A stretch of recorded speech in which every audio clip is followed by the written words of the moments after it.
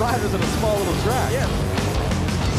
All is fair in love and war, right? And racing's war, so. Oh! Getting a little western, getting sideways. Coming in hot. He is definitely on the gas on that XG750. These guys are all having some fun out here.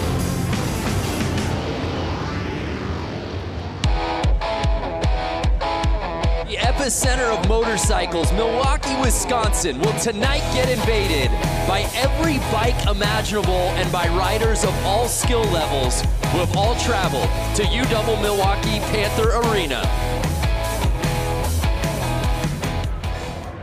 What's up, everybody? Welcome to Flat Out Friday. I am Brandon Graham, coming to you with our entire broadcast team for tonight. Of course, joined in the booth with X Games gold medalist Lance Corey, the voice of sideline reporting at the X Games, Diana Dahlgren, and joining the broadcast team, making his broadcast debut, by the way, pro flat track racer Johnny Lewis. Lance, I'll begin with you.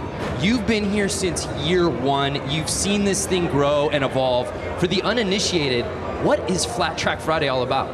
I just love it because it really brings first-timers out, first-timers for racing, and some of the best pros. So you see all walks of life out there racing. Yeah, the range of spectrum of riders. No one's got a better seat than you do. You'll be at the pits all night. Talk to me about the personalities we find out here at Flat Out Friday. I mean, you're gonna have guys that don't talk, you're gonna have guys that talk a little bit, you're gonna have guys that crack jokes, and I'm gonna be bringing all their personalities and the stories down in the tunnel. Yeah, absolutely. Along with Johnny, talk to us about what you're doing tonight. You will be bike breakdown, giving us the science behind everything out here tonight. Yeah, it's gonna be pretty interesting because like there's a large difference of riders out here. Just like Lance said, it's from scooter racers to the hooligan guys on race prep motorcycles that are pretty heavy, and then you got the professionals, like you said. So the motorcycles are extremely fast. It's a tight track. It's gonna be really good racing.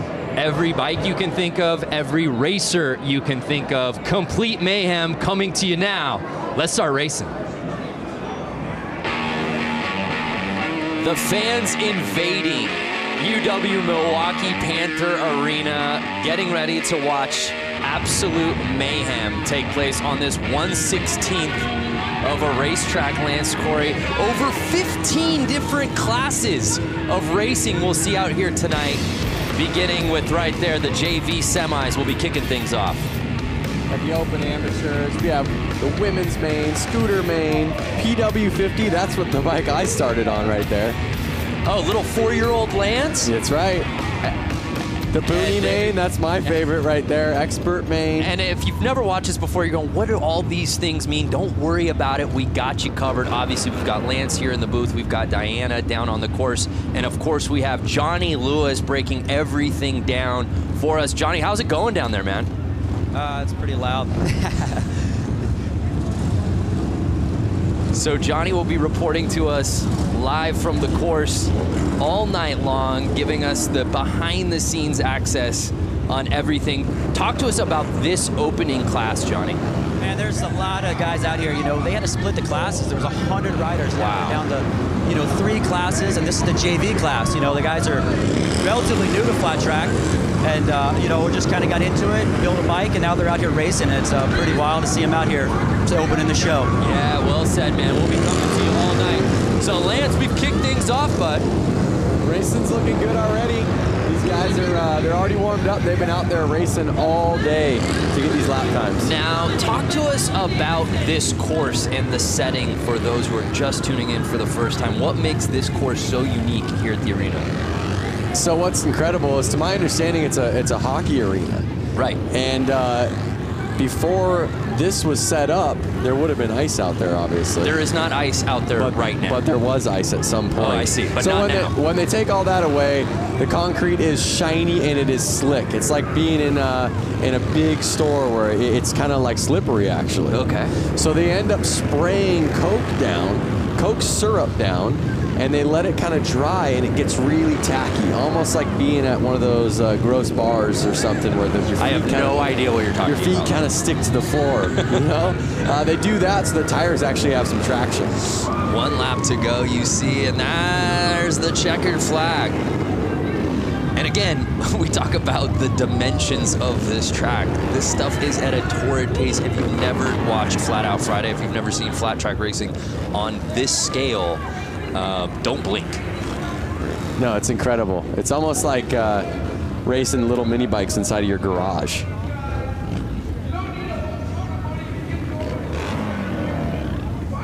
All the racers lined up, waiting to go out there for themselves. And we see Bob Reese finishing number 1, qualifying in our semi 1 of 3. As Johnny said, there were so many people in this event that they had to divide it up now into 3 different heats of this JV semi. I don't think that the underside of this arena has ever seen this many motorcycles or people inside of it. Yeah, I've never seen. We were here, obviously, for this last year. We were here for Harley-Davidson 115th anniversary just a few months ago. I've never seen this many bikes in one place. It's amazing.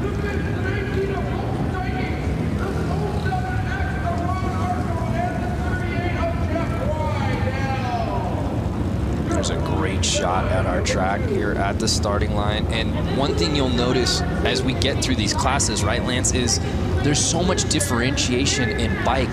You'll see categories where you'll see dirt bikes, 450 cc's going against 750 cc's, and it really boils down to traction.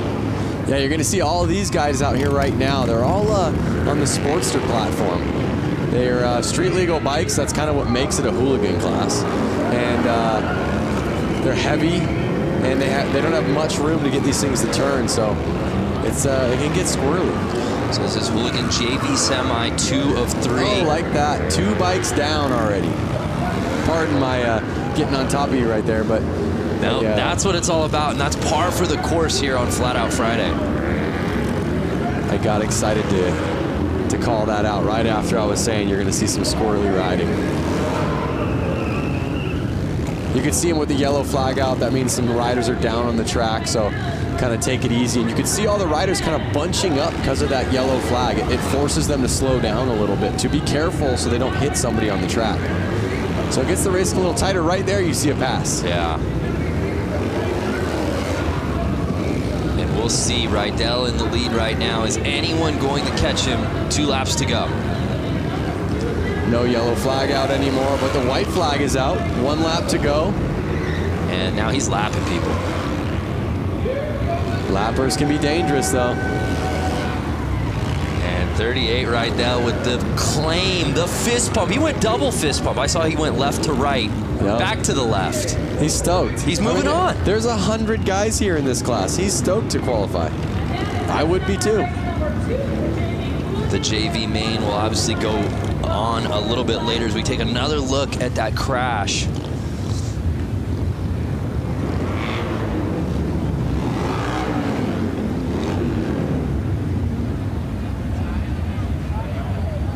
There it is. See that quick? Because he was so close to the other rider.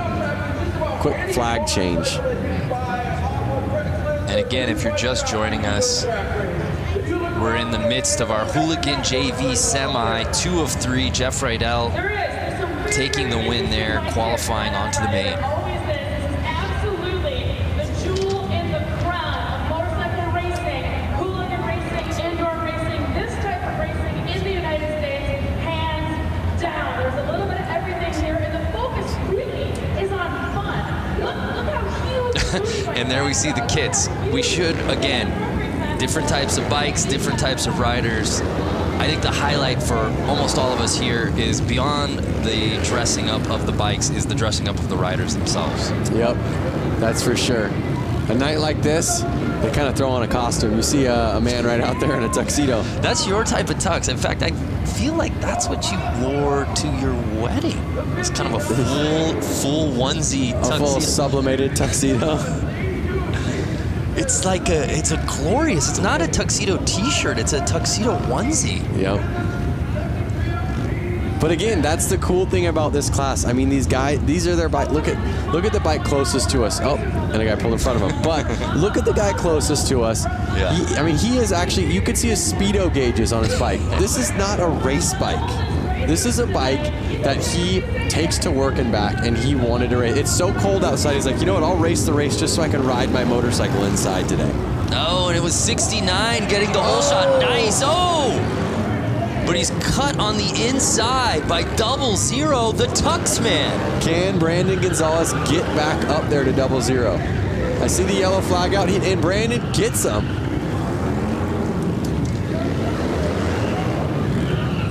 Brandon Gonzalez, the number 69, came all the way from Long Beach, California. In fact, was he on your flight? He wasn't on my flight. I think he had to drive here with his motorcycle. Can you bring a motorcycle up on a plane with you, Brando? That's a great question. All of these riders had to get their motorcycles here somehow, and I think most of them drove. Through the snow, through the rain, through the crazy weather we're getting right now. Just from walking from my hotel to your hotel, your very bougie hotel, I got frostbite on both of my ears. It was 8 degrees out. Yeah. Can't imagine being on a bike out in this weather. So 8 degrees out today. They're inside, they're warm, they're racing, everyone's having fun. And Brandon is staying in front right now.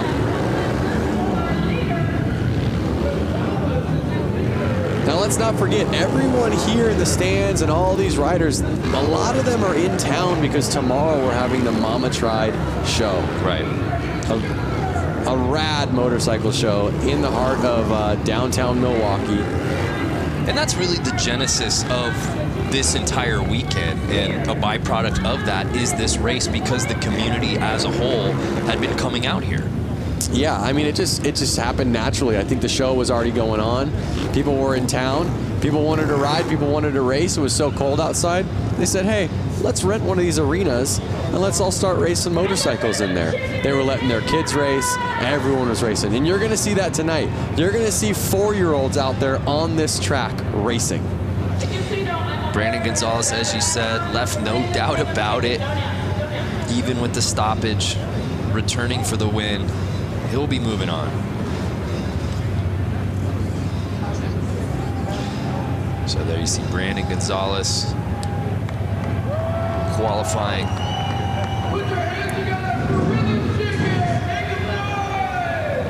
So I hear the crowd getting loud out there. Oh my goodness. We have dirt bikes coming out now. If you guys want me to chime in, I got some stuff. Yeah, Johnny, you're down there, man. What now that we're a few heats in, what's your takeaway so far? Man, you know, like it's cold outside, but this pit area down here, it's hot. You know, these guys are coming out, they're racing for the first time. Some of these guys on these hooligan bikes, you know, they're 500-pound motorcycles, if not more. And, you know, you could tell they were a little nervous, and a couple of guys caught each other's back tires and high-sided. But, you know, as the day goes on, you'll see these guys get better and better out there. And Johnny, just a lot of nerves. And Johnny, while we have you, as we get ready for the Open Amateurs, how many of these guys that we're seeing in certain classes will we be seeing in other categories throughout the night? There's a good amount of guys that, you know, chose to ride the Open Am, you know, but they jump on a different bike, jump on a hooligan bike. You know, 59 out there right now, you know, he's riding, I think, 3 classes, you know, hooligan, Open Am, and then the Bunyan bikes, the little chain-driven motorcycles, you know, ripping around when we see them at the end of the afternoon. So he's got 3 classes. Yeah, that's a fan favorite for sure. I guess if you come all the way out and you've got the artillery and you've got all the different bikes, why wouldn't you do it, Lance? He's a local boy. He just loves it. Oh, we had a gate jump right there. Oh, what? Wow. What a feeling. Look at How far back is he going? 2 back. I thought he was going to push him back into the tunnel. Yeah, you don't want to jump the gate. Speaking of jumping the gate, 59 getting that early lead. Notice these bikes. They're a little bit quicker, a little bit lighter. These guys are kind of getting on the gas a little bit more. You can see the bike sliding out. something about a heavier bike, you kind of want to ride it a little bit less aggressive and use that weight to kind of carry you through.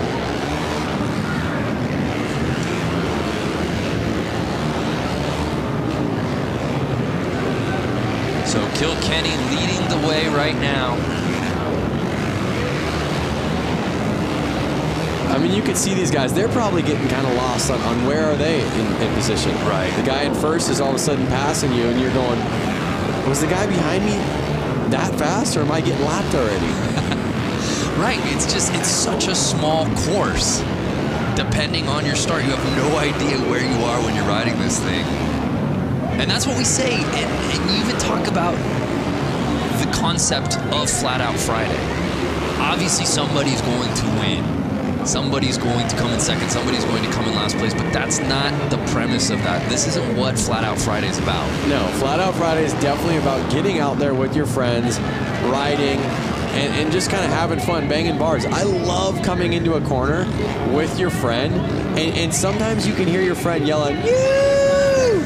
It's all fun and games. I mean, you know, there might be a little bit of showboating at the end of the night, like, I took that race. But realistically, everyone is stoked for everyone, especially when everyone gets off the track healthy. Yeah, this is the spirit of a bike with a motor.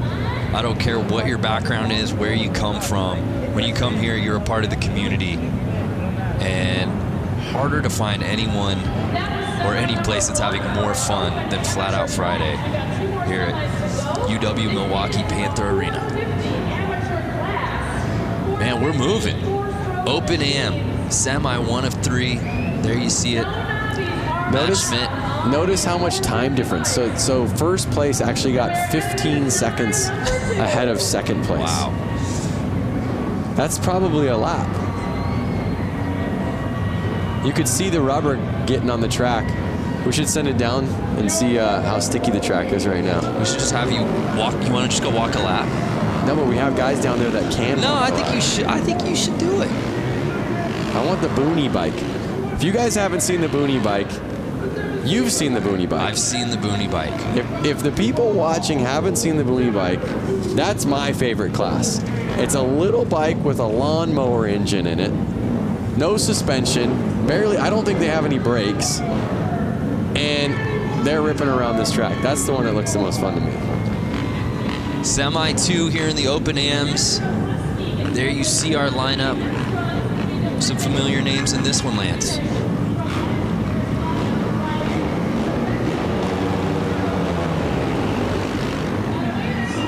Whoa. There's a fine line when you get out there of being too aggressive. Right. And maybe putting it down in the first corner. What kind of rider would you be, Brando? Yeah, I think I'd go aggro right out of the gate. Would you? Yeah, it's the Ricky Bobby mentality. If you aren't first, you're last, right? Okay. So you kind of go for it. But as we were talking about before, it's so hard, probably midway through that first lap, to really, if you're not in the lead, knowing where you are. Yeah, for sure. And you just kind of want to keep picking off the person in front of you, picking off the person in front of you.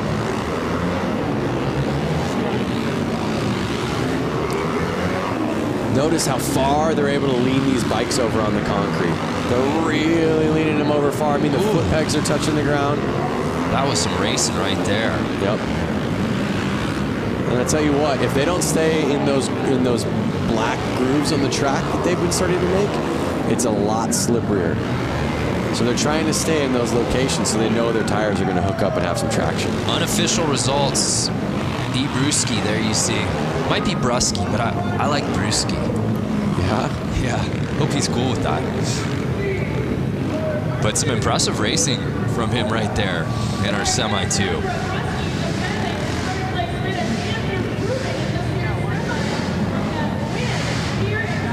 Take a look. It was that 38L bike who I believe got the whole shot early.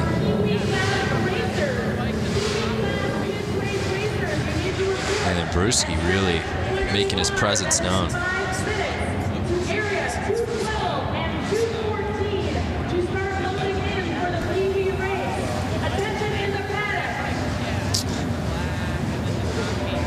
So our results are in. You see Brewski and Blasky So 1 and 2 qualifying forward. Yep. I was just going to say, you see the Q on the side of their name. That's what is kind of letting us all know that they're going to make it to the main event. We're still just in the semis right now. These are just every rider that signed up. Towards the end of the night at this show, you're going to have all of the fast guys battling. That is really where it gets intense. Yeah, it's really neat. As we said before, you come through the tunnels here of the arena and you see all the bikes lined up. You see riders from all different backgrounds. Obviously, there are some very familiar names here who we'll be getting to a little later in the show. And then you literally see 10-year-old kids completely kitted up alongside like a Jeremy Twitch Stenberg, you know? Yep, it's amazing. And where else are you going to find that? No, exactly. You do see Twitch out there, who's well known in the motorcycle community, taking photos with all the kids that are geared up as well. I was one of those kids at one point, and I see little PW50s out there, the little teeny dirt bikes, and it brings back such good memories. And one thing about motorcycle racing, it's such a family sport. You really need that family support. It really creates, like you said, that community. Everyone's there to help out. Everyone's willing to lend a hand. And they're off. 25. And the Stars and Stripes getting the early lead. Notice, Brando, that bike did have front brakes on it. There's no more front brakes. Not to these eyes. It's all gas, no stopping. Yeah, and Lance talked about the importance, especially on these dirt bikes, of the suspension setup. So you can tell compared to like a normal dirt bike you buy off a showroom floor, they've actually lowered the front end of it a lot, drastically. So that way the weight gets a little bit more on the front of the bike and they can control it in corners a little bit better. Also, they've taken the front fender off. It's not really needed. There's no dirt flinging up. They're able to see where their front tires go a little bit better. But we may get a better answer down there.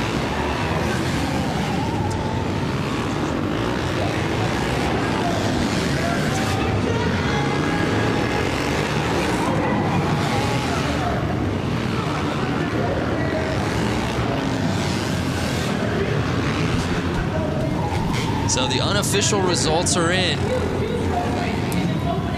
And it's C-Funk, who looks to be qualifying to the main.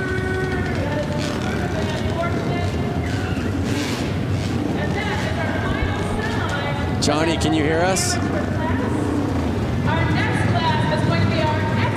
Johnny, can you hear us? I can hear you now. All right, so you're down there. You've been seeing the hooligan JV class with the Sportsters. Now you're seeing dirt bikes get out there. From a ground level, what bike do you want to ride? What do you see a big difference in what's going on?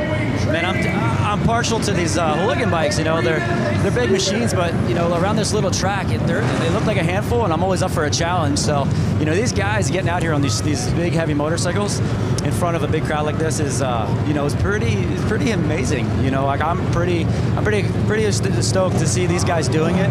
Now you're going to get out here and see these pros get out here and do it. You know, there's a big difference. The lean angle's a lot different than the hooligan bikes, but you know, I think these hooligan bikes look like a lot of fun around here. Yeah, thank you, Johnny. Well, as we get ready for our next class, we'll head down to Diana Dahlgren. You never know who you'll run into here at Flat Out Friday. Diana, who you with? Yeah, that's right. Hanging out here with Taylor Kinney. You're starring on NBC Chicago Fire, and you are a motorcycle enthusiast. You've been here with Harley-Davidson quite a few times to Milwaukee. How have your experiences been so far? I came up, I think, August of 2018. Sorry. Whoa, guys! Hey, there we go. For the 115, the Harley anniversary, came up, had some cheese curds, rode around, saw the streets, saw the lake. It's beautiful, and then coming to the track, I couldn't be more happy. So you got to get out on this course earlier today with guys like Jeremy Stenberg, Buddy Settle, Johnny Louchback right behind us. How was that riding on the course? It was fun to rip around the track. We got here early. I think we were the first ones out. The concrete was a little cold, tires were a little cold. We slipped around a little bit. Twitch came out, started lapping us. buddy came out, started lapping us. We picked up the pace and had a good old time. But yeah, after seeing what the guys are doing tonight, I was telling a couple of the boys, I think I would have ended up in the hay. Well, big round of applause. You didn't end up in the hay this morning. Thank you so much, Taylor, for coming to Milwaukee with Harley-Davidson. It's an honor to have you at an event like this. Guys, we're going to send it back up to you. God bless. Thank you. Love it. Hollywood taking over Milwaukee out here today at Flat Out Friday. Fans watching right now, are you interested in riding flat track at this summer's X Games in Minneapolis? The 2019 Harley Hooligan Qualifier goes to LA this year, taking place at the Born Free Motorcycle Show on June 20th. Keep an eye on Harley-Davidson's social media and how to register. It all goes down on Harley-Davidson's social media, and you can find out more info at xgames.com.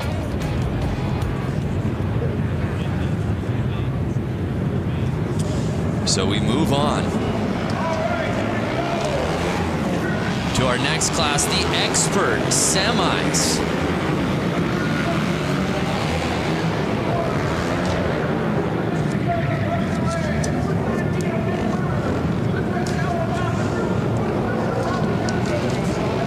So here we see our first heat of the pro class. Jumping up to the line.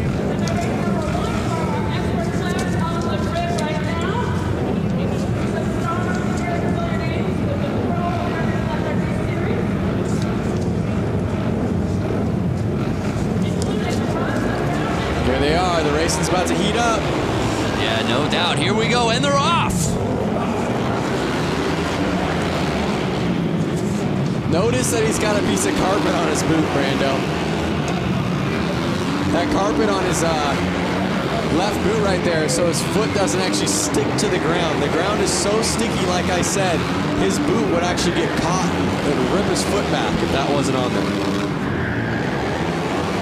So it's Bowman leading the way right now, and he is absolutely lighting this track on fire, Lance. He's going to catch up real quick and get into those lappers. Now, these are experts. They're not pros. So these guys probably have a job. They're probably going back to work on Monday or Tuesday. So they're really just out here having fun. I mean, everybody's out here having fun. And there's a great shot as you see our leader.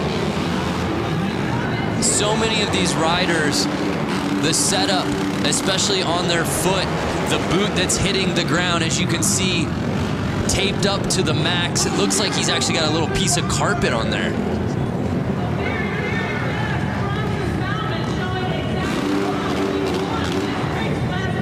There you go, he's stoked. Right from the get-go, he does not look back. Takes off, and he's gone. That's what we call a no-doubter, Lance. Bam. See him lift his foot so he can kind of bring it over those cones that are saying, hey, this is the inside, don't go any further.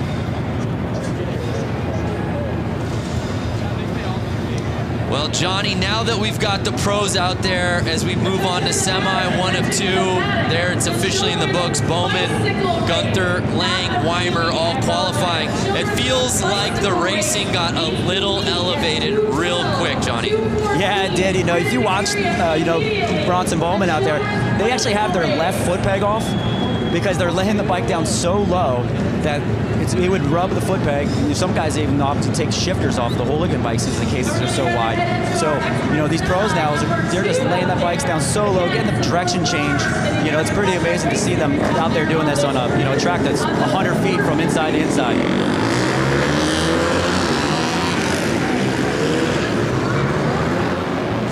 I love that camera angle of that straightaway as our next heat moves up. Look at them coming out. They're just so fired up. That lap that they just hit, they were behind the gate. They're like bulls waiting to go. I'm telling you, everywhere it seems like it's raining or cold. These guys are stoked to be inside, warm, riding their bikes with their friends. And there's a look at our semi 2 of 2 roster here in the expert class. 8 riders. Half of this field will be moving on to the final. Who will those 4 be? Let's get ready to find out.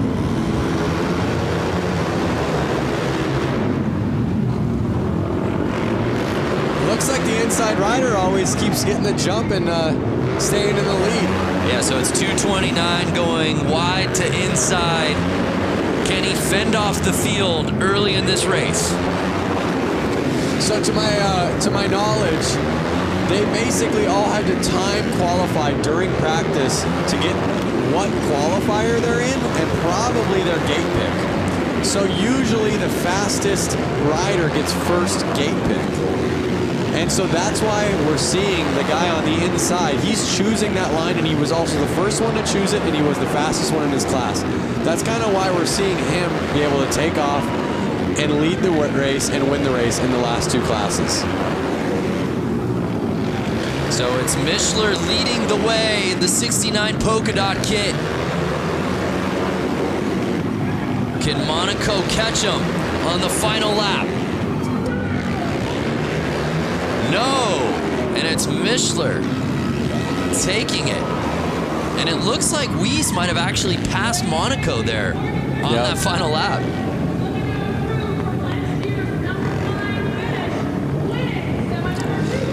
Brando, what's the most CC bike you've ridden?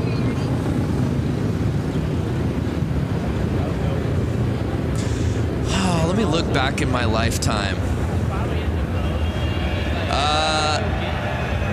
You know what? I think it's got to be a 900. A 900. A 9. So to give you an idea, these are 450s. Right. And the Sportsters you saw out there were basically 1200 cc's. So you can imagine how big that bike is. That I can. I can imagine it. I can imagine it. Hey, let's head back to Diana, who I believe is with some racing royalty.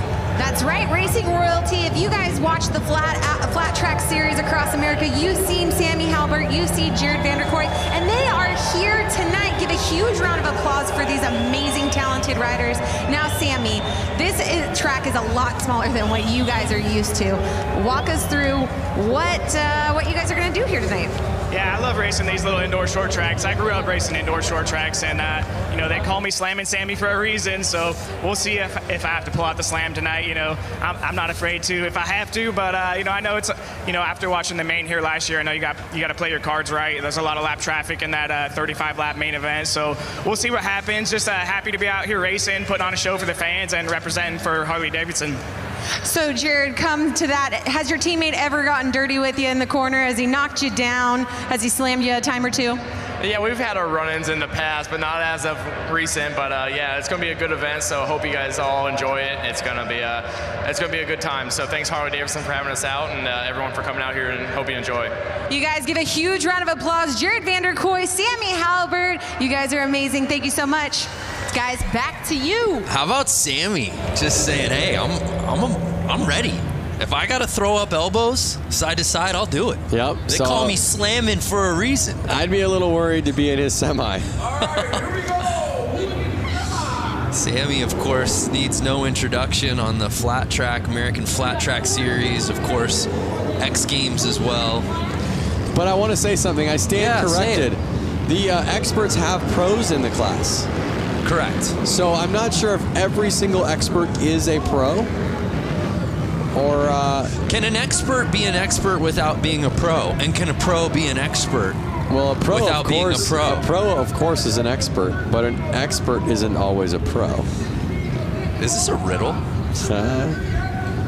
There's no answer to this circular question. But the racing continues as we take a look at our semi 1 of 4 here in the hooligan. Now this is open. This is open hooligan. So these guys have faster lap times. They're a little bit more seasoned. They've been doing it a little longer. We're going to see a little bit more carnage here. These guys want to win. And also, just look at the size of this field. Again, though, it's not something that they want to win. We saw some gate jumps. It's not something that that they want to win just to be winners. They want to keep racing. So this is just a semi. Right. Yeah. They want to win. Very good point. Just so that they can go out there. They can just again. stay on their bike. Yeah. So if they don't win or they don't get the top position in this, they're not making it to the next round. Right. And most of them, they drove so far to get here. They just want to make it to the next round and get more laps out there. So you see a bunch of bikes getting back there in the third starting position. Those are all the guys that jumped the gate. Kind of teach you a lesson right there. Take you to the back of the classroom is what they do. And they're off.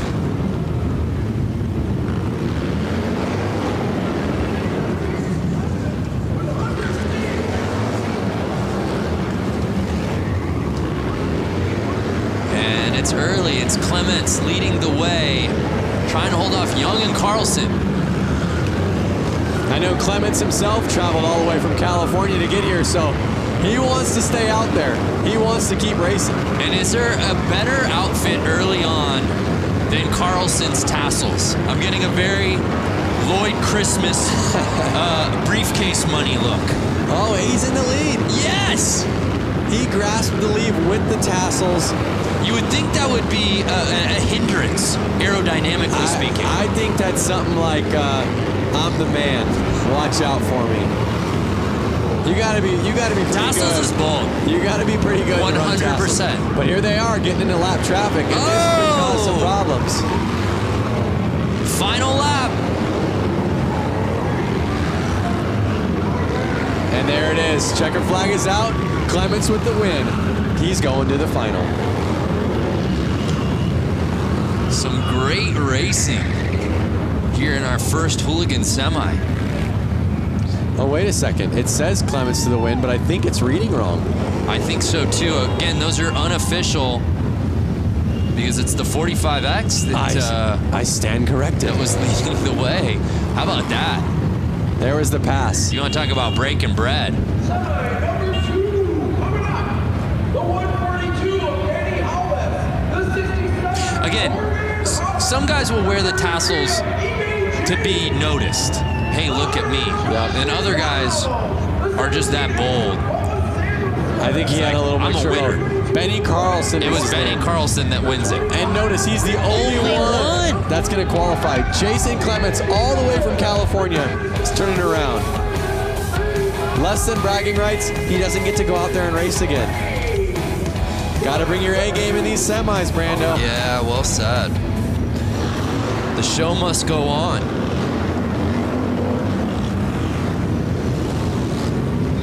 Here our next class jumping out. Notice the difference in gears. There's a couple guys in leathers and there's a couple guys in more of motocross gear. Yeah. I myself would want to be in leathers. If I hit the ground, I want to be in something that's going to slide well. Okay. Something that's going to protect my skin. So it's interesting to see, who chooses what. Hypothetically speaking, you're wearing your leathers. What's Lance Corey in this class? What are you wearing? What do you look like? I look like number 100 right there. Dialed. Ooh. Even number 81 back there, he's got leathers on. So you go Johnny Cash. I go Johnny Cash.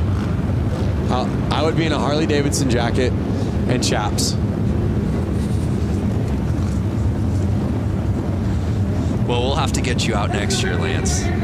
Out of the booth and onto the track.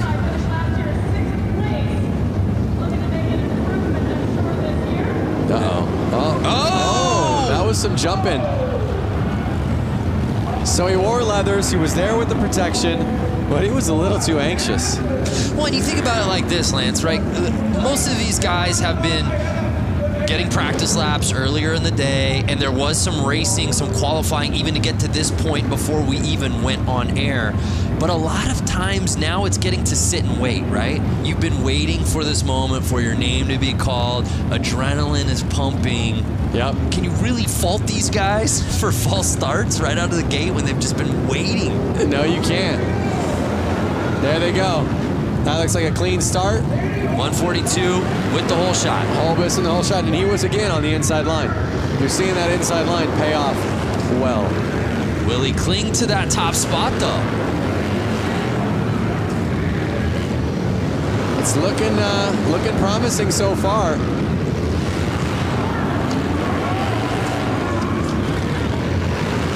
Again, if you're just tuning in, we're still in semi mode. We've got so many finals, so many mains still to come. We're just getting started here on Flat Out Friday. And like I said, Brando, my favorite bikes haven't even gotten out there yet. Noted, Lance. The Booney bike.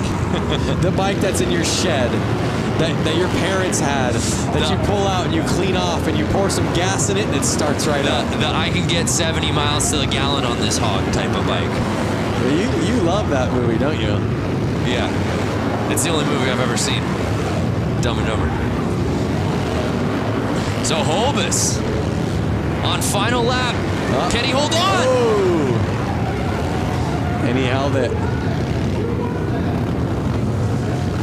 Is that our guy Louis Louders that came in second there? Yep. We've seen Louis Louders at the X Games hill climb. Along with his brother. Yeah. The Harley hill climb. Again, these are guys. Louis Louders is a guy, he runs a Harley-Davidson dealership. Yeah, has a dealership. So he was probably at work yesterday. I believe he's a Wisconsin guy, if I'm not mistaken. But we've seen him travel for the love of amateur racing. You know, like you said, we've seen him in Aspen, Colorado, hill climbing. Well, who's turning down a trip to Aspen, Lance? Again, Lloyd and Harry is not going to turn down a trip to Aspen. You brought it up! Oh, man. I didn't reference it this time. Hey, the Rusty Butcher. That's not Rusty himself, I don't believe. It's a teammate. That's a teammate of the Rusty Butcher. Yeah. But the next race you see open hooligan semis. Here's some of the hooligan hotshots. I see Suicide Machine Co., like you said, a Rusty Butcher rider. So these are some of the guys that kind of really made hooligan fun again. Make hooligan fun again. Make I've seen you wear that racing hat. fun again. Rusty Butcher gloves right there. Twisting the grip. Pair of Thrash and Supply gloves right there. Whoa! Twisting the grip. Thrash and Supply Co.? That's right, baby. Like you said, a lot of these guys' palms are probably sweaty. They've been waiting around for this race. They're fired up. Palms are sweaty. Mom's spaghetti. Don't do it. I knew it. There they go. Clean start. 963. Mikey Virus, a Rusty Butcher, got the lead. He was on the inside line again. What a clean looking bike. I was just going to say that. These guys build these bikes specific just for this event. I watched Mikey and the whole Rusty Butcher team assembling these bikes. Oh, a pileup. A pileup. I hope we got that so we can see it in a replay. But you see the yellow flag out, they're kind of having to take it easy. You see the gas on the track. Yeah, we got to take another look at that. Speaking of setting a bike up, you got the opportunity to build a Harley-Davidson this week. Yeah, I've been in Milwaukee for 3 days now. We have a competition called the Brewtown Throwdown. Correct. Where basically two teams built bikes. You guys might have seen this in the show a little earlier on, but we were able to build 2019 Street Bobs. We had 2 days to do it. My team, the Quick and Easy team, we made a bike that was kind of replicated after a 1940s flat track race. So something a little bit more old style. The other team, Super Bob, I want to say? Yes. Super Bob, they made a bike that was a little bit more Supermoto-ish, a little bit taller. To me, it looked a little Mad Maxy. I'm digging my bike. I hope you guys vote for my bike, Quick and Easy. Yeah, tomorrow. both are beautiful. Check it out on the Harley social and then also Lance Corey's social. So we might be able to see the crash. There it is. Two riders must have collided. Suicide Machine Co. Yeah, it's great, actually, all things considered, that there wasn't more carnage there. Yeah. Only the 2 bikes went down. You see them getting the gas off the track. There you see Mikey qualifying out of that entire group. Only Mikey moving on. But again, Mikey Virus came all the way from Los Angeles, California. So a guy like him, he's stoked. Amazing crowd on site here at Panther Arena to watch what has really become an annual tradition. Now, here you have the Rusty Butcher. Yes. I've seen Mark Rusty Butcher win this race before, all the way through, all the way to the end of the night. He took it home with a W. Then I've seen him come back the following year and I think crash out pretty early on. And again, he wasn't mad that he didn't win. He was mad that he wasn't in the final to race more. So what's going to happen tonight? Yeah, he flip-flops, right? Yeah. Either wins or crashes out. Yeah, it's all or nothing. Then I guess it's an odd year, 19. I feel like he's gonna go the distance. He is absolutely a fan favorite, though. There's no doubt about that. He's a fan favorite, but right out there in the crowd, I see Jeremy Twitch Stenberg, FMX icon, someone that I grew up riding FMX with. So who's gonna take it home? A lot of these guys all practice together. They're from California. Let's see how they do. Getting the lead early. Can he hold it together? Mark's looking real smooth.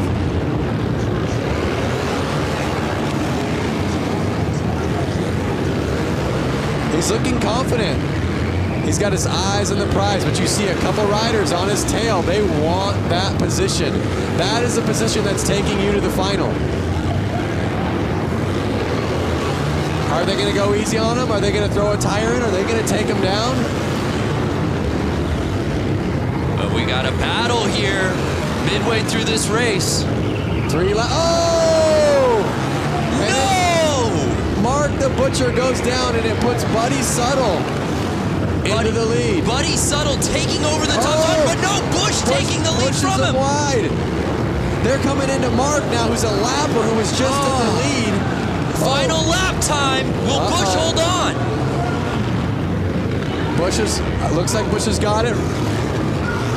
And Bush gets it. Oh, and what a heartbreaker. Suttle comes in second for Rusty Butcher. What a transition. You go from Rusty Butcher laying it down, Buddy Suttle then in the lead, and then you get the number 44 of Bush taking over the win. There was 3 different leaders in that race. That was some of the best racing we've seen all night. Oh my goodness. And you said it right before the race began, partner. Butcher wins it outright, crashes early last year. What's he got this year? In the lead, we think he's got this thing comfortably, and crashes out. It's such a, I feel so bad. And there you go. What do we got? I don't know if those results on the screen. I don't know that that's official. I'm not sure. I have to disagree. I had my eyes on that pretty well. I feel like there's somebody we can talk to here.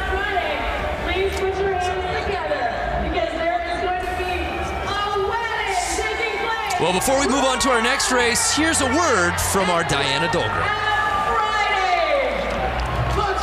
Hey everyone, Diana Dahlgren here. Enter for your chance to win a VIP trip to the 2019 X Games in Minneapolis. And you could be down on the racetrack with me during the Harley Hooligan race.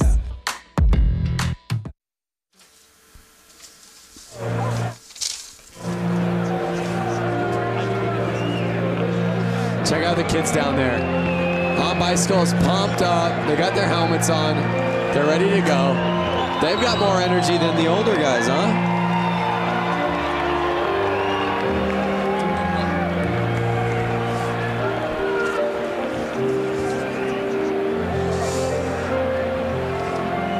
This is what I like to see. Yeah, there you see the young fans. It Flat Out Friday brings out everybody, including some influencers who came out and were able to take some laps around this course. Let's take a look at that.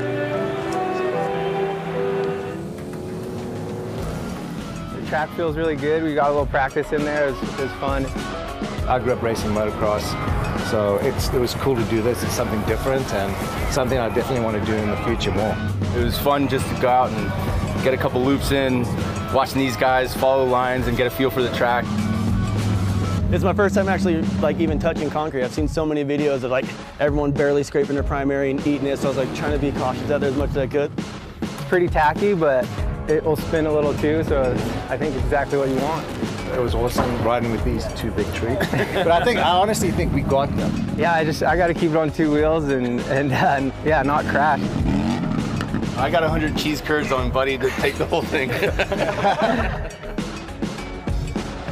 Some heavy hitters. Yeah, there you have it. That are part of it. And there's your bike. Yep, there is the bike that I just got done building over 3 days. She is a beaut, man. Well done. Oh, I'm so stoked on her. I really wish I could take her home. Notice how the front and back tire, they're the same size. I love that look. Yeah, everything about it, the paint job, it just, it's an excellent motorcycle, Lance. You should be really proud of yourself. Hey, thank you very much, Brando. And there is the other bike the other team got to build. Yeah, that was Diana Dahlgren was part of that team. And as you said, a little bit more of a Mad Max kind of racer look. I really like it. Hey, we're still in the middle of all these semis. Let's send it back down to Johnny. Man, that last race had a little bit of everything. Johnny, are you there? Hey, I can hear you guys now. Sorry, we had a little technical thing. No, I was just saying that racing kind of had a little bit of everything. Some big names, obviously. Rusty Butcher, we thought was going to take it, going down midway through that race. Yeah, you know, he just got in there and the bike started chattering a little bit and the front end went away from it. It's, you know, he started getting that lead and started riding a little tight. And when that happens, you know, the bike just kind of handles differently and he got that front end push and he lost it. So, you know, that's been kind of a thing that's been going on a lot lately is, you know, just guys, you know, getting offline that little bit and somebody snicking, you know, right underneath of them and then bumping by. That's how, you know, Carlson got the win that last, you know, the one before. He just, the guy ran wide a little bit and just snuck up the inside. So, you know, that's what it's going to be all night long. It's just guys kind of, you know, jumping in and, you know, when that opportunity comes available, they go for it, and that's going to be the race in the night. Yeah, and Johnny, Lance had said it really seems like the theme is whoever's got that inside start has seemed to get the whole shot. Are you seeing that too down there? Yeah, you know, that's why they did the qualifying for the guys, you know, the bigger classes today, to provide that opportunity to kind of you set the stone right out of the, you know, practice staging, you know, get the guys out there, get a good lap time, get that pole, you know, and that's kind of the key to the race, you know, just trying to get that pole position, keep doing it, you know, throughout the evening for that main event. Thanks, Johnny.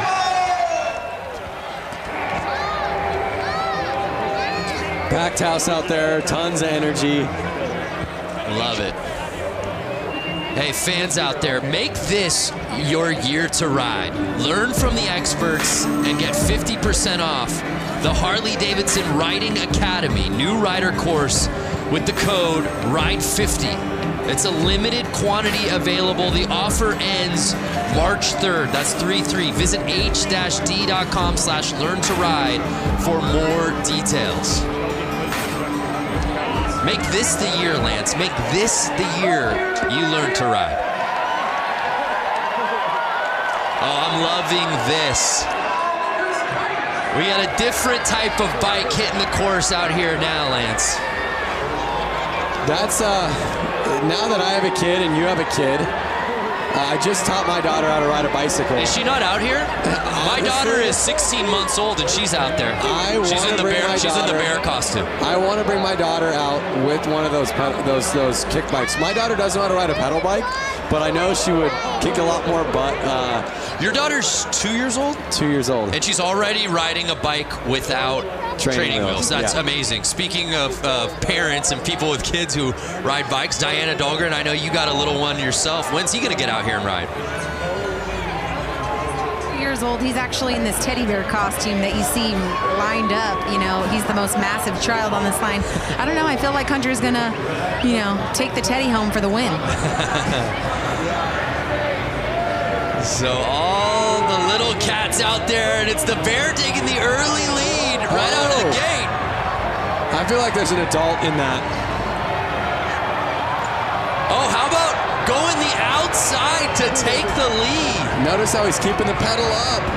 That's basically giving him more ground clearance as he turns left. The 3-plate staying wide, and now he's lapping. Oh, could you imagine being out there right now? Unreal. Packed house, the energy, everyone cheering you on. Yes, look at that. I want to start clapping in the booth. That kid has got racing in his future right there. All those kids, what a blast it's got to be, as you said, to come out here. Oh! In in front of this crowd. Are you kidding me? That is awesome. I love it. The checkered flag's out. You think you're going to get these kids off the track? I don't think so. I'm not sure it's possible. Oh my gosh, some of these kids out here are so small.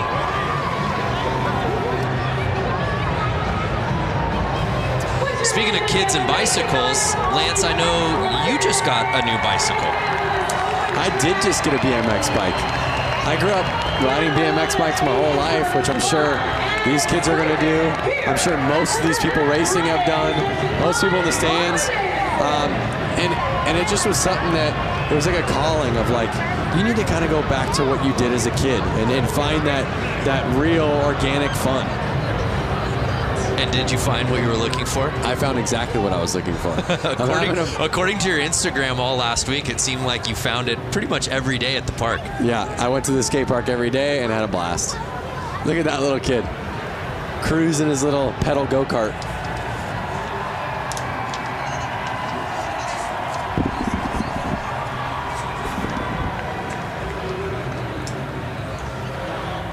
Can you guys hear me now? Yes. All right, well, those kids wrapping it up. Let's head down to Diana, who's with our competitors. Diana. Hey, you guys. So I'm down here with these stars, tomorrow's stars. Alrighty, so you just ran the track here at Flat Out Friday. How was that track? It was really fun. Was it really fun? How was the Coke syrup hooking up on these tires? Yeah, it was. Sounds great. And then we have the teddy bear. You know, I was telling everyone this was my child earlier. Here's the teddy bear. Was it hot in the costume? Yeah. How was the course? Good. What is your goal in the future? Are you going to win some championships in the flat track? Yeah. That's right. All right, who else do we got here? Hi, sweetie. What's your name? Brody. Brody, and how was the course out there? Good. Do you want everyone to give a big round of applause right now? Sure. Where are you guys at? There we go, all of downtown Milwaukee. Guys, these kids are the future of flat tracking. Give a huge round of applause. Great job, guys. Back to you. Thank you, Diana. I love asking the kid in the bear costume, what's your goal in life? And you just saw like his entire life span before his eyes. Like, what do I want to do with it? Where do I want to go? Travel the world. There's a look at our main still to come tonight. If you've been with us since minute 1, thank you. But we just getting started. Some of the best classes are coming. Who do we have lining up next?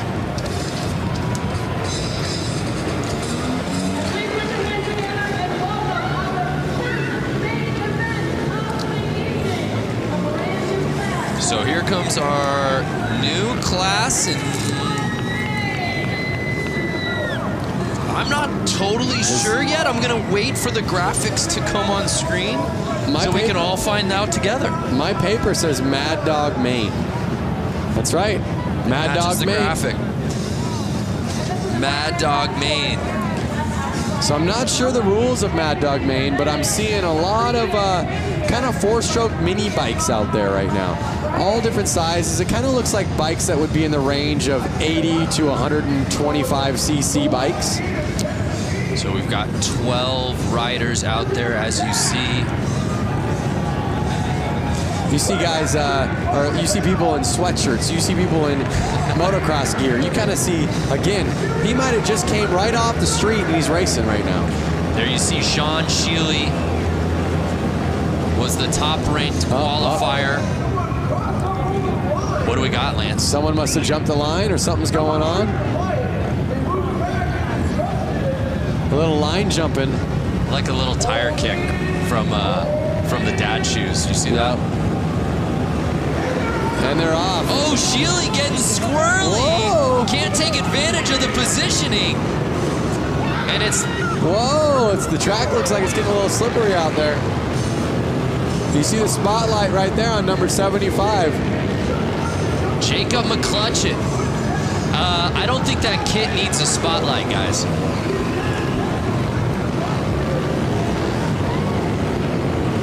Now again, this looks like a bike that's a little too small for that rider right there. And but again, sometimes riding the smaller bikes is more fun. And it feels like, again, traction, the name of the game on a course like this. Having that bike control. Oh, we see a pass. Bike control is key out there. Smooth and steady wins the race. You saw, like, just like Johnny said, Mark the Butcher, he was getting a little hard on his bike. He was riding a little too fast. Because he lost his smoothness, he ended up letting it go. So it's Ryan Stephen leading the way, and it doesn't look like anyone's going to catch him, Lance.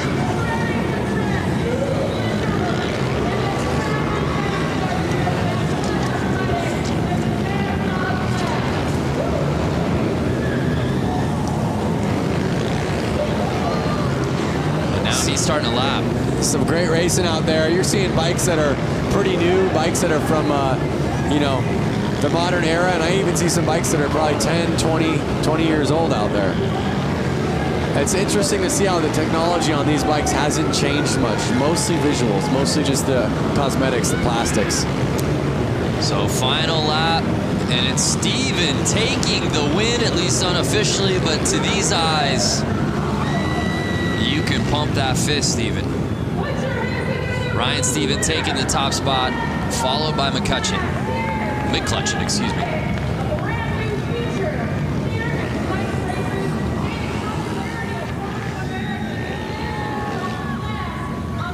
It was McCutcheon leading early in this race.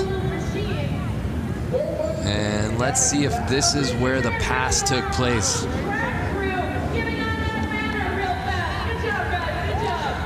So one thing to keep in mind, Brando, lines in racing are a key to how fast your lap is.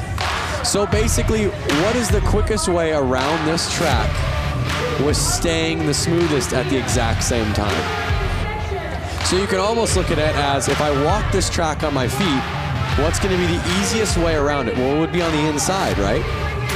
So on the corners, you want to be on the inside. But you couldn't stay on the inside and be smooth if you were staying on the inside on the straightaways. So they're riding wide to stay smooth so that they can ride the inside on the main part of the corner, which is going to get them the shortest line while staying the fastest, while staying the smoothest. Thank God you had an answer. That felt like an SAT question. The making of a riddle. I mean, it's just a big deal. And I'm just thinking, if somebody has never raced before, and they've only maybe driven a car on a public road, or maybe haven't even driven a car before. The strategy seems counterintuitive. Yeah. So you're always wanting it to ride the shortest line, but also at the same time, what is the smoothest way to do it? Right. So here's the JV Hooligan main.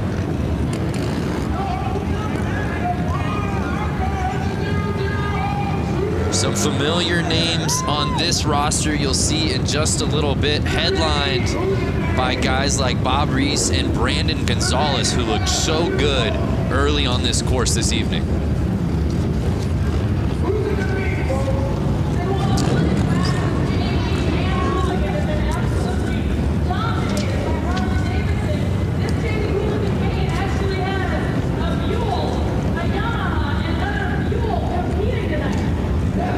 Got 3 different bike manufacturers out here, but it's certainly Harley-Davidson dominant in this class.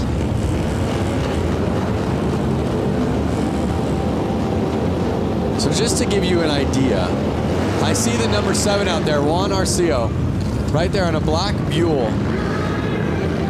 And he has a full-time job back in California. He made his way all the way out here to race this, so he's stoked to be out there in the Hooligan JV. But that's the beauty of Flat Out Friday. It's just filled with weekend warriors. Yep, exactly. Matt Schmidt, who had that first pole positioning, taking the whole shot, and he may not look back because he's already catching up to Tuxedo. Yep.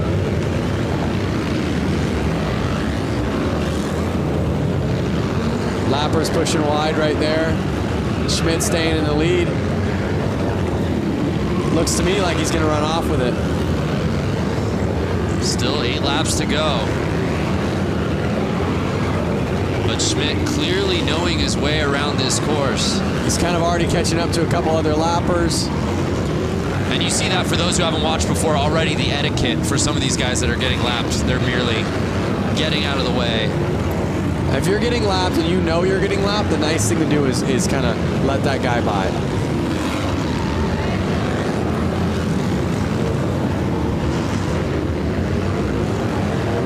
So let me ask you something, Brando. If you were out there, what type of gear would you be in? The tuxedo? Yeah, I think some version of that tuxedo. I live my life business casual. You know that. Maybe a blazer over it, perhaps. Like maybe a nice leather blazer. Okay, because I do agree with safety and protection, just like you would be in full leathers. White flag's out real quick. Schmidt staying in the lead. Schmitty. I don't know that he likes to be called that, but it just sort of rolls off the tongue. And then the 721 plate, Matt Schmidt had the lead from lap number 1, and no one could take it from his kung fu grip. As he takes the top spot in the Hooligan JV main.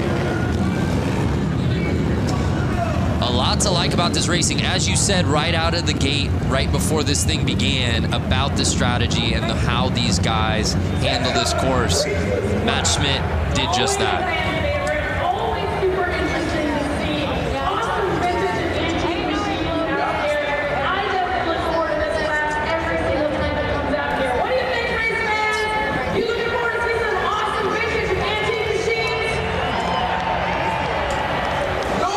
So it's Matt Schmidt taking the top spot. There's a look at our results from the Hooligan JV main. Let's send it down to Diana, who I believe is with Matt Schmidt. A huge round of applause for Matt Schmidt, who's taking the win here in Hooligan JV class. Matt making it look so easy out there. It looks like you belong with the Hooligans. How was the course? The track was awesome. It's the first time I've ridden concrete, and I signed up late, so I got stuck in JV, but it was a good first outing. I got to thank SNS Cycles, my coworkers, my friends. They gave me a good seed to ride this evening, so thank you, everybody. Congratulations, Matt. Guys, give him a big round of applause, and guys, we're going to send it back to you at the booth. Yeah, Matt Schmidt looked so good out on that course, and again, you're just seeing the level pushed as we move on throughout these mains. But like you heard him say, it's his first time riding on concrete or racing on concrete. He was saying thanks to his co-workers for helping him get out there. So you have a guy who again, does not do this by trade. Right. He's an enthusiast, he's a gearhead, he's a motorcycle rider. Which blows my mind when you say that, when you look at how he raced out here tonight to win that thing. Looked so comfortable, and oh, by the way, he's never raced on concrete before? Come on. But so many of these guys have a similar story, Lance. We move on to our next race of the night. It's our brakeless main. One thing about these guys that's similar story is they all have no brakes. Hence the name. Whatever they're paying you, Lance, double it. That's the sort of analysis that people are coming here for. So there's a look at our roster for tonight's brakeless main. Randy Brolick will be in that first position on the inside.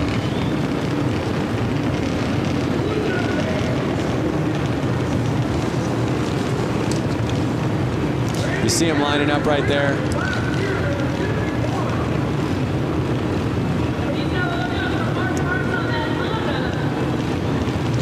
Oh, let's go to the gram. Oh, excuse me, I believe this is Twitter. Paul James at James Gang Racing. Go time. Only one round of practice on to the heat races at Flat Out Friday. The girls who ride out ya at Flat Out Friday. Women's hooligan races are so rad. Could not agree with y'all more. The girls who ride. Hashtag Flat Out Friday. Join the conversation. And Randy Bralick, the 51 plate, shot out of a cannon, Lance. He did. Look at him just dragging that foot on the ground. Oh, he brought it up right there. Dragging his foot with the carpet. Brings it up on the straights. Puts his foot down in the corners. He puts his foot down in the corners kind of to brace himself so he can feel where the ground is. So he doesn't lean it over too much. Because again, if he leans it over too much, he'll start dragging peg, which could then send him off his bike. Excuse me, there's 251 plates. I incorrectly said Bralick. It's actually Barry, Randy Barry. No, rider down.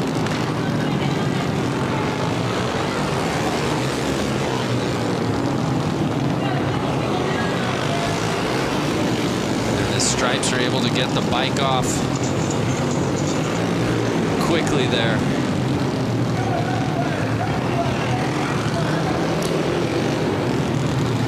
That was the 15, Kendall Lutchman, that went down. One thing that's so cool about this race is they really keep the styling so vintage and so pure to flat track with the striped shirts for the track helpers, the all white gear for the. I'm not sure what you would call them, the track kind of flaggers, and I guess they're the flaggers. Oh, it looks like he's hurt maybe. Yeah, so we have eyes obviously down there on the course. Diana, what you see? What happened there? Yeah, so basically it just went down in the corner, but what my angle shows is that his leg got trapped under his bike, and it just took a couple. But right now, with the red flag, since they got so many, and they're going to do stagger start. We losing Diana there due to some tech difficulties. We'll try to clean things up, but that's a tough go. So I don't know if you were able to catch it earlier, but the front wheel on his bike, look at the front wheel. Tacoed. We call that tacoed because it's folded like a taco. Oh, that's why you call it taco. I'm done trying to help No, I you. gotta tell you, the stuff that I am learning from you, Lance, is just blowing my mind. Doesn't look like he's doing too well. I mean, he's back up on his feet, but yeah, it's good to see him popping up. But how? I mean, my goodness! I hope that Panther Arena gives this man a hand, because you see what happened, and as Diana said, basically that wheel going over the leg. You see what happened to the wheel. I'm not even sure if that bike rolls. I think they're gonna have to lift the front wheel up to get off the bike. But you see the rest of the crew lining back up to finish this race.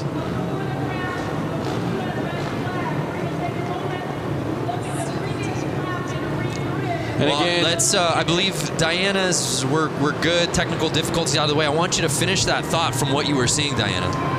Yeah, so they're staggering the riders. This is typical with a red flag. They're relining them up. But yeah, from what it looks like with the rider who went down, he's standing up now. Good sign. Looks like he just really might have banged up his leg. But looks like they're walking him off the course now, as we can see. But yeah, we're lining up the riders. We're going to get this thing back going. A couple riders did pull off the track, so we're down to 4. Guys, let's go racing. Yeah, I love it. Thank you, Diana. And there you see them trying to get that bike off of the course. As you said, it's not just gonna roll off. And the show goes on, and again, 51 Barry. He's on a mission, Lance. he is on a mission. You saw he was the fastest before that crash happened, and he's just putting it back down and proving he's the man to win this race.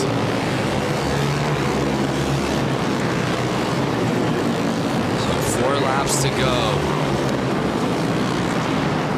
And it's Barry with a sizable lead. And as you said, Lance, going outside to in. You don't think it's the fastest way to go, but that is the route to success out here on this course tonight. And Barry doing just that.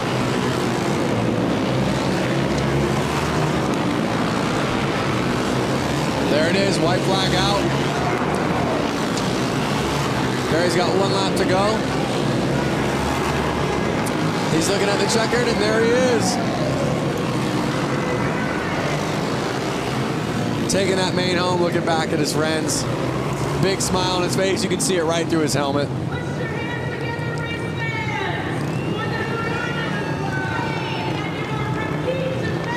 So even with the crash and a little carnage, it was Barry who had to, even after the restart, get that lead back and win it outright, and that he did.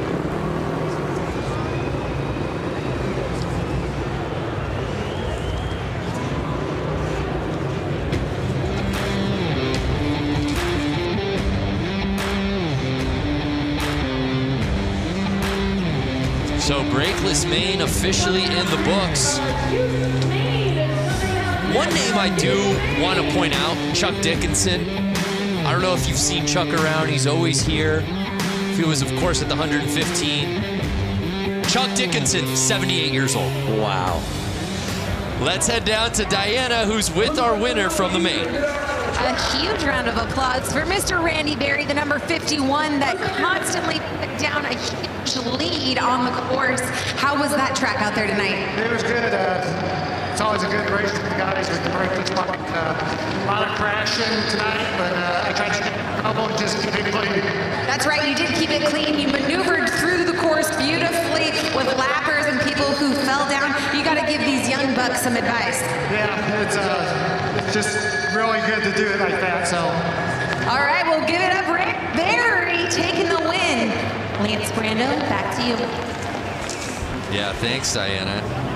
His experience showing in spades out here tonight. And how about that, Lance? I mean, you have the start that you're looking for. You're leading the race. You know you're in your game. There's no one in front of you except people that you're lapping, and then all of a sudden that flag comes out. Oh, we got to stop this thing. That's definitely a bummer. Because your heart rate just instantly is like, oh, what?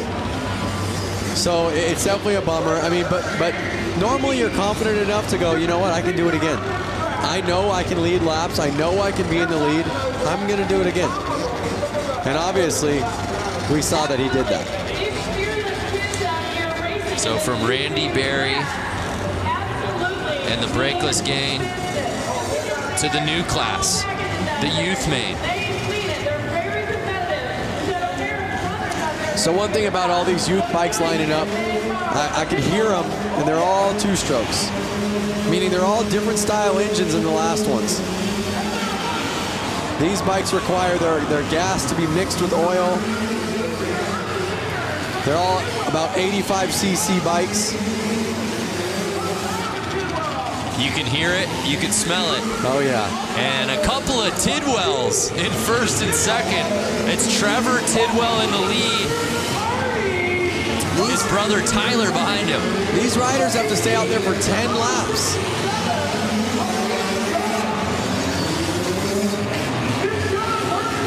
I see a couple 60cc bikes out there. And you see the Tidwells, 1 and 2. Do you think that any bit of their training together is Clearly it's paying off. Are they gonna do the slingshot move towards the end? Oh yeah, a little shake and bake. Oh, little tire tapping. Young with the pass. And Young passing Tyler Tidwell. Oh, Young's in the lead with 5 laps to go. He is putting the power down. You hear the crowd going wild. The crowd is going off. You see Young. This is the back and forth we've been waiting for. Can he hold it for 3 more laps? Wow.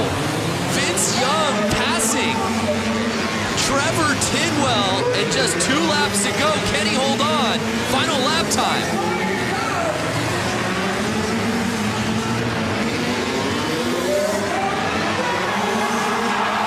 Wow. And did Tidwell pass him? A photo finish, Lance. We gotta see that again. Did Tidwell regain the lead right before the checker? I need to see a replay. That may be a youth main, Lance, but that was easily the best race of the night so far. It's only going to get better. Wow. Here we are. You see some passing. He's letting a rider back out on the track.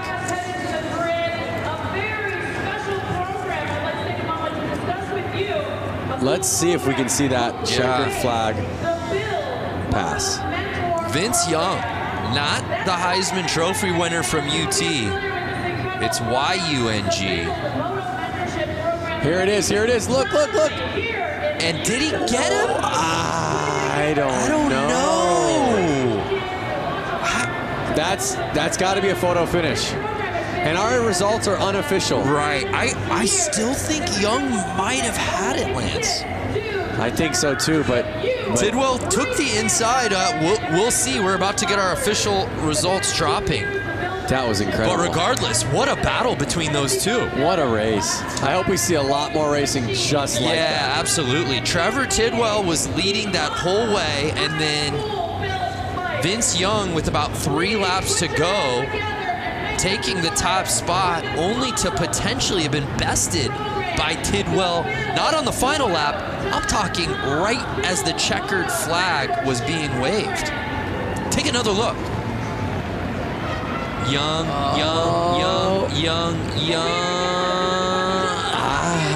Tidwell on the inside just makes it so interesting. Look at how leaned over Tidwell was. Carrying his momentum right out of that corner. Leading the bike. That's some savvy racing right there. Incredible. What's up, everyone out there? That's a lot of people getting on the Jumbotron for the first time in their lives. Oh, kiss cam. Kiss cam. All of these machines are built by local high school students. That's right. So they're going to the tape right now, really taking their time.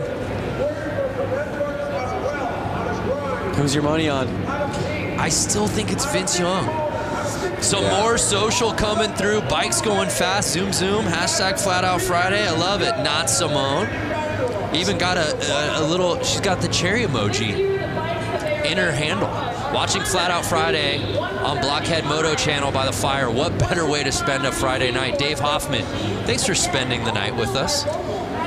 Malika, who says there's nothing to do in Milwaukee? Not Lance or I. That's for damn sure. We're checking out Flat Out Friday. Checking out Mama Tried's Flat Out Friday. Lance, we still don't have our official results yet. They're looking at photos. At the photographs. They're looking back at the footy. You asked me, I asked you. I thought it was VY. Do you think Tidwell did enough there at the end? I'm going VY, but they're definitely splitting hairs right now. Could we have a co-champion? No. Somebody passed it first. They are splitting hairs. They're looking at the photo finish right now. Someone has to have a photo. And it's Vince Young. Wow. So in the end, Vince Young bests Trevor Tidwell to take it in the youth main. By a split of a second. Wow, what a performance though. You know, we talk about it, right? The weekend warriors, so many of these guys who have regular day jobs that just travel from all over the country, all over the world to participate in this, sign up and register for their chance at glory, their chance to have fun. I love the youth main because these kids are still gunning for the professional ranks. You know? Definitely. You were there as a youth racer. I was there, and it's so cool for these youth riders to be at this race where there are actually some pros keeping an eye on them. They can go ask them for pointers. They can go ask their opinion. So it's a really great race for the youth and for the new people to ask the pros, hey, what are you doing? Or, hey, we're on the exact same track. Well, let's watch him do it. Yeah. So now it's time for the main build to break down what these bikes are all about. Let's head back down to Johnny. Johnny, break down this class for us. Hey, you know, this is a pretty interesting class. This is actually a high school project where they take CB 175s and they've been working on them, machining them, kind of turning their own vibe on these motorcycles. And it's pretty cool because it's right here in Milwaukee that they're doing this. So it should be interesting. Oh, super cool. Thank you.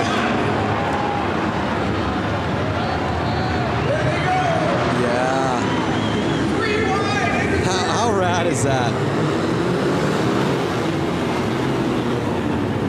See, I want to be on one of those little bikes like that. Some you're proud of, some you're having fun on, but some you're not as worried to kind of drop if you accidentally go down. Miss Cho leading the way on the 35.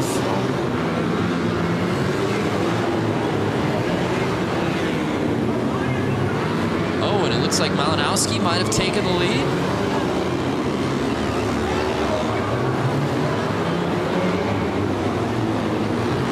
Eight laps to go.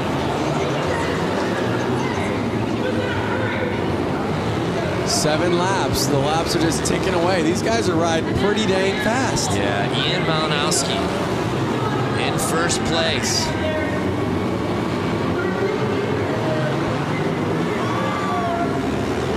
And now Ian's making the passes.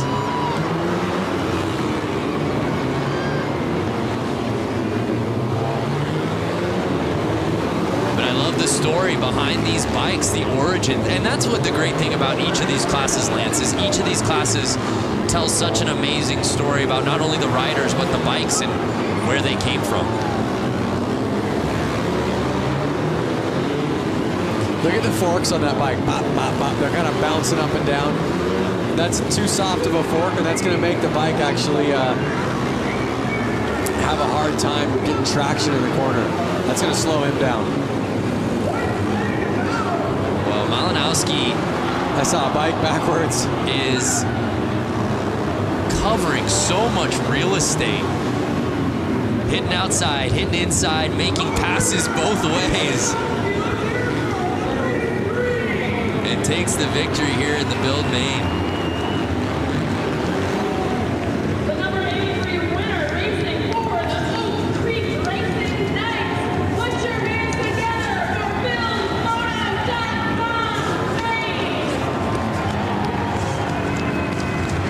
That class looks like fun. And to top it off, they had a lot of fun building those bikes. You built a bike earlier this week. I would have loved to see you jump on that and figured out which class you could have gotten in with that thing. I think that class would have... I know we have a couple cool classes coming up. They would have either had to have been hooligan, inappropriate class. I could absolutely see you. We could have gone out there in that one. I would say I would have signed up for the inappropriate class. Yeah. Because it's a little bit of an inappropriate bike. It's a little too big. So what would your costume been? Oh boy. Well, the bike was styled as a more vintage bike, so I would have played the part and gone vintage. I would have been in some old school leathers. Nice. With kind of a helmet that Evo Knievel would have worn. Like a helmet that looks like you should be in a space shuttle. Well, partner, it's not too late. We move on to our next class. Get ready, it's the women's main. The ladies of Flat Out Friday hitting the course.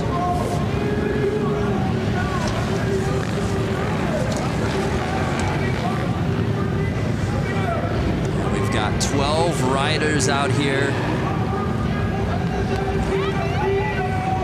And this is one we're really excited to watch. All of these women absolutely ripping on this course. Was watching them in practice earlier today.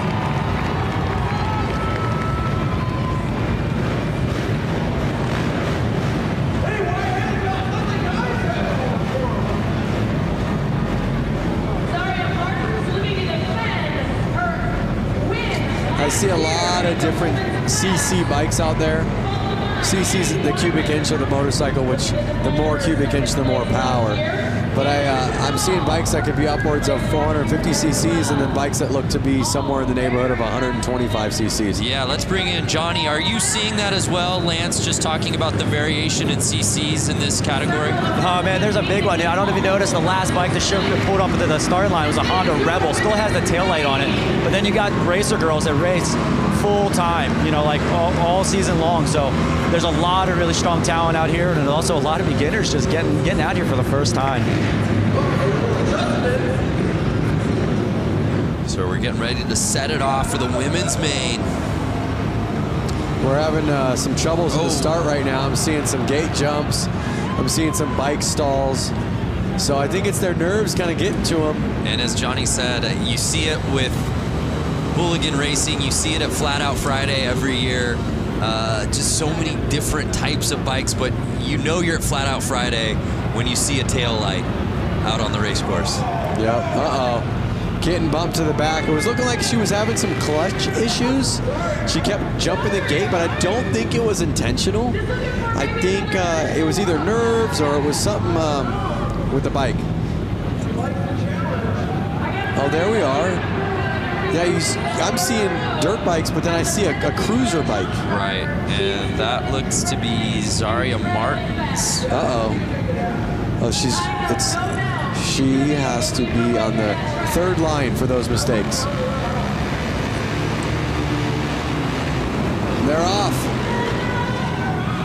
Again, that inside line kind of being the promising one. It looks to be the number 11. Anna Lang.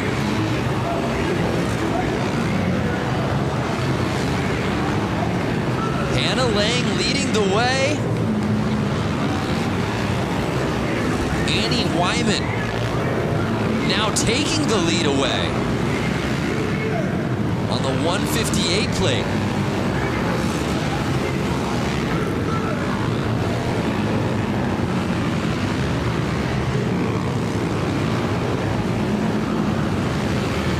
And you see the control around the turns and then just gassing on the straightaways. This is what I love about Flat Out Friday. I see dirt bikes and I see street bikes out there. Nobody's scared. Everyone's having fun. Nobody's trying to hurt anyone. Good times on a Friday night. Right.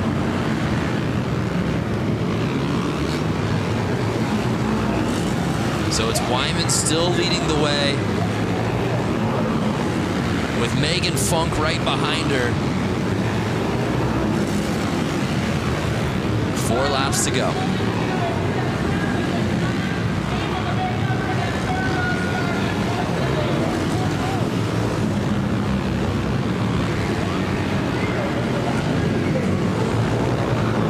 If you were in this, Lance, would you find the spotlight to be distracting?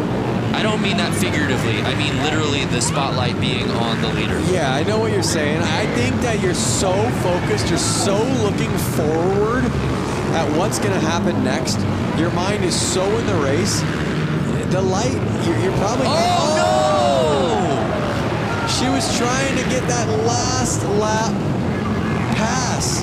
Hannah Lang touching tires with our leader, Wyman, holding on to the top spot.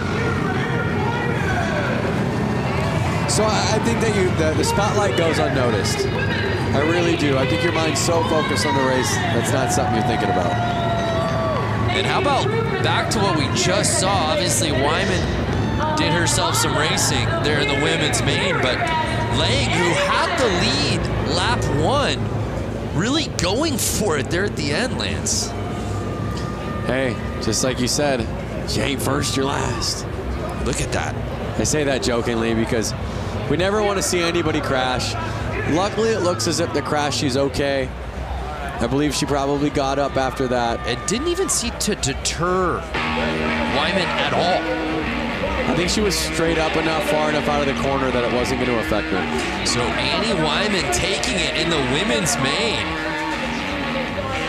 Let's head down to Diana, who's with Annie. Annie Wyman, congratulations. You took the lead, smooth race, and someone almost knocked you down right as you're crossing the finish line for the win.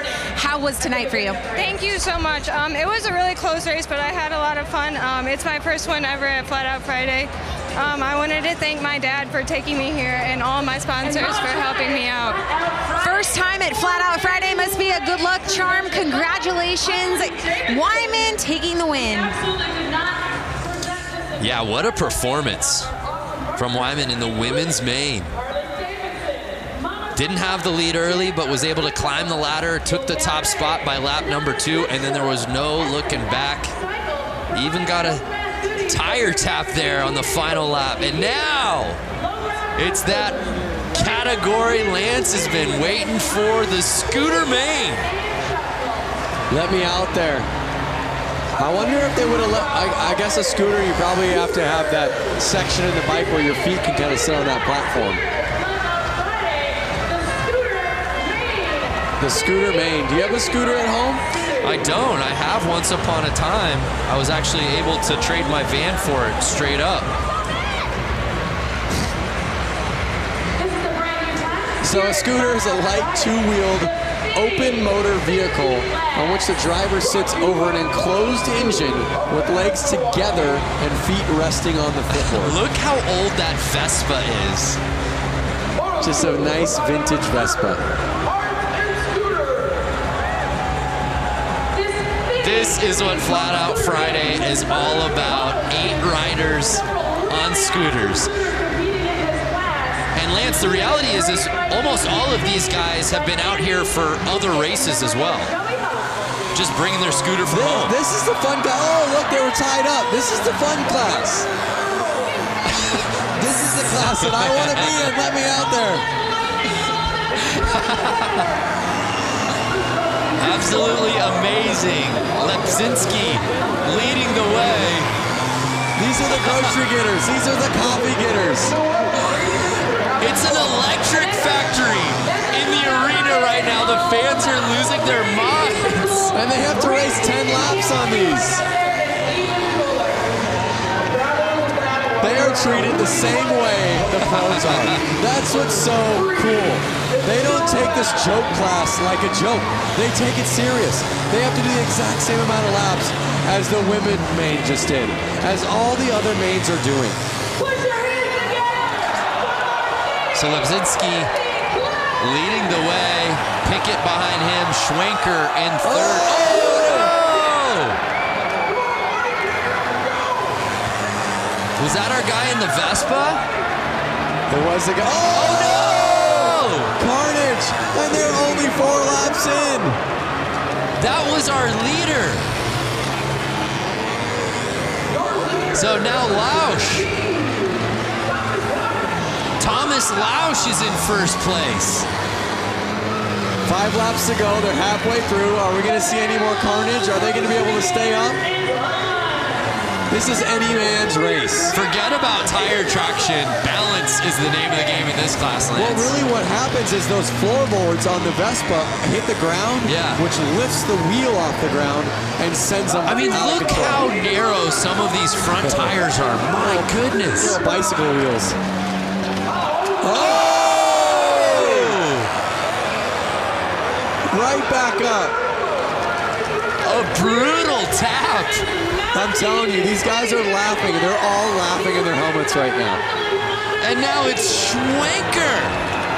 Logan Schwenker leading the way. Will he get past? And he does. Andy Pickett. We've seen 4 lead changes. And the checkered flag comes in. And Andy Pickett on the final lap.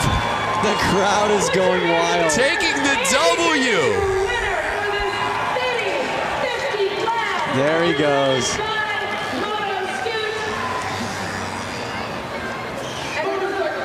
Wow. I've got a grin ear to ear right now. That was amazing. Yeah, I was smiling the whole way. Oh! Tucked front end right there.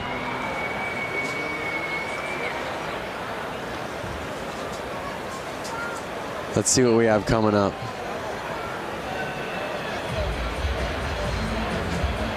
Oh! And just with so little weight between these guys' legs, it's like finding that balance. He's gonna feel that on Monday. He's gonna feel that tomorrow. A little bunny hopping across the finish line. The results officially coming in. And it was Andy Pickett, our fourth and final lead change, who was able to take the top spot away from Logan Schwenker. What a race, a crowd pleaser. Let's send it down to Diana, who's with Andy. I'm standing with Dante Scavo, who actually got last place. And you know what? I think he had the entire arena laughing and cheering for you, really. You went down in the corner, you head planted. Thank God for your helmet. Walk us through tonight's race for you. You know, I just wanted to represent all my buddies at C&L Machining and everyone in the Shitbox Scooter Club, man. You know, our shit really runs. All right, well, give it up for Dante Scavo. He had all y'all entertained for tonight. Thank you so much, Dante. Guys, back up to you. Thanks, Diana. Make this your year to ride. Learn from the experts and get 50% off the Harley-Davidson Riding Academy. There's a new rider course. Use the code right now. We're giving you the code. RIDE50.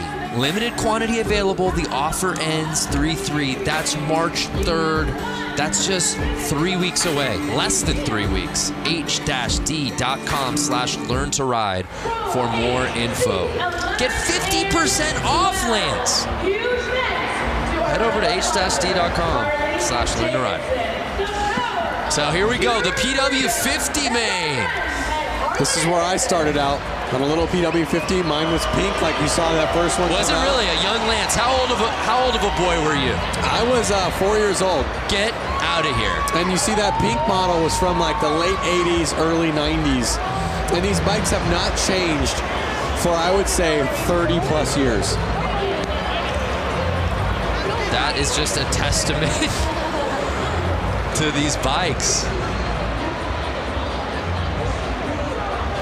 So if you're thinking about getting your kid out there to ride, PW50 is a great bike, and they haven't changed in years, so you can get an old one, get a cheap one, get your kid out there on 2 wheels, and it's really something awesome for the family to do. Yeah, no doubt. There's a look at our field of 11 riders. We don't have ages on these kids, but they've obviously gotten the bug. I'm gonna guess between 4 and 8. Wow. I'm gonna say 4 and 6, actually. That's just amazing that a 4-year-old Lance Corey was out here. And they're off! And it's the 38, Braxton Jacobson. Look at their setups. It's just like the adults. They have the carpet on the boot. They have little mini boots, mini helmets, mini chest protectors. They are kitted. And Braxton says, "Excuse me, field, I came here to do a little racing." Just getting his lap on. And Lance, he is riding at another speed out here tonight. He is riding at another speed. He's looking a little big on the bike, so I'm gonna guess he's a little bit older. But once again, he fits that bike. He's out there racing, and he's having a blast. Perfect form. And the checkered flags are out. And was there any doubt? Braxton Jacobson with a wave to the crowd. What a pro here in the PW50s.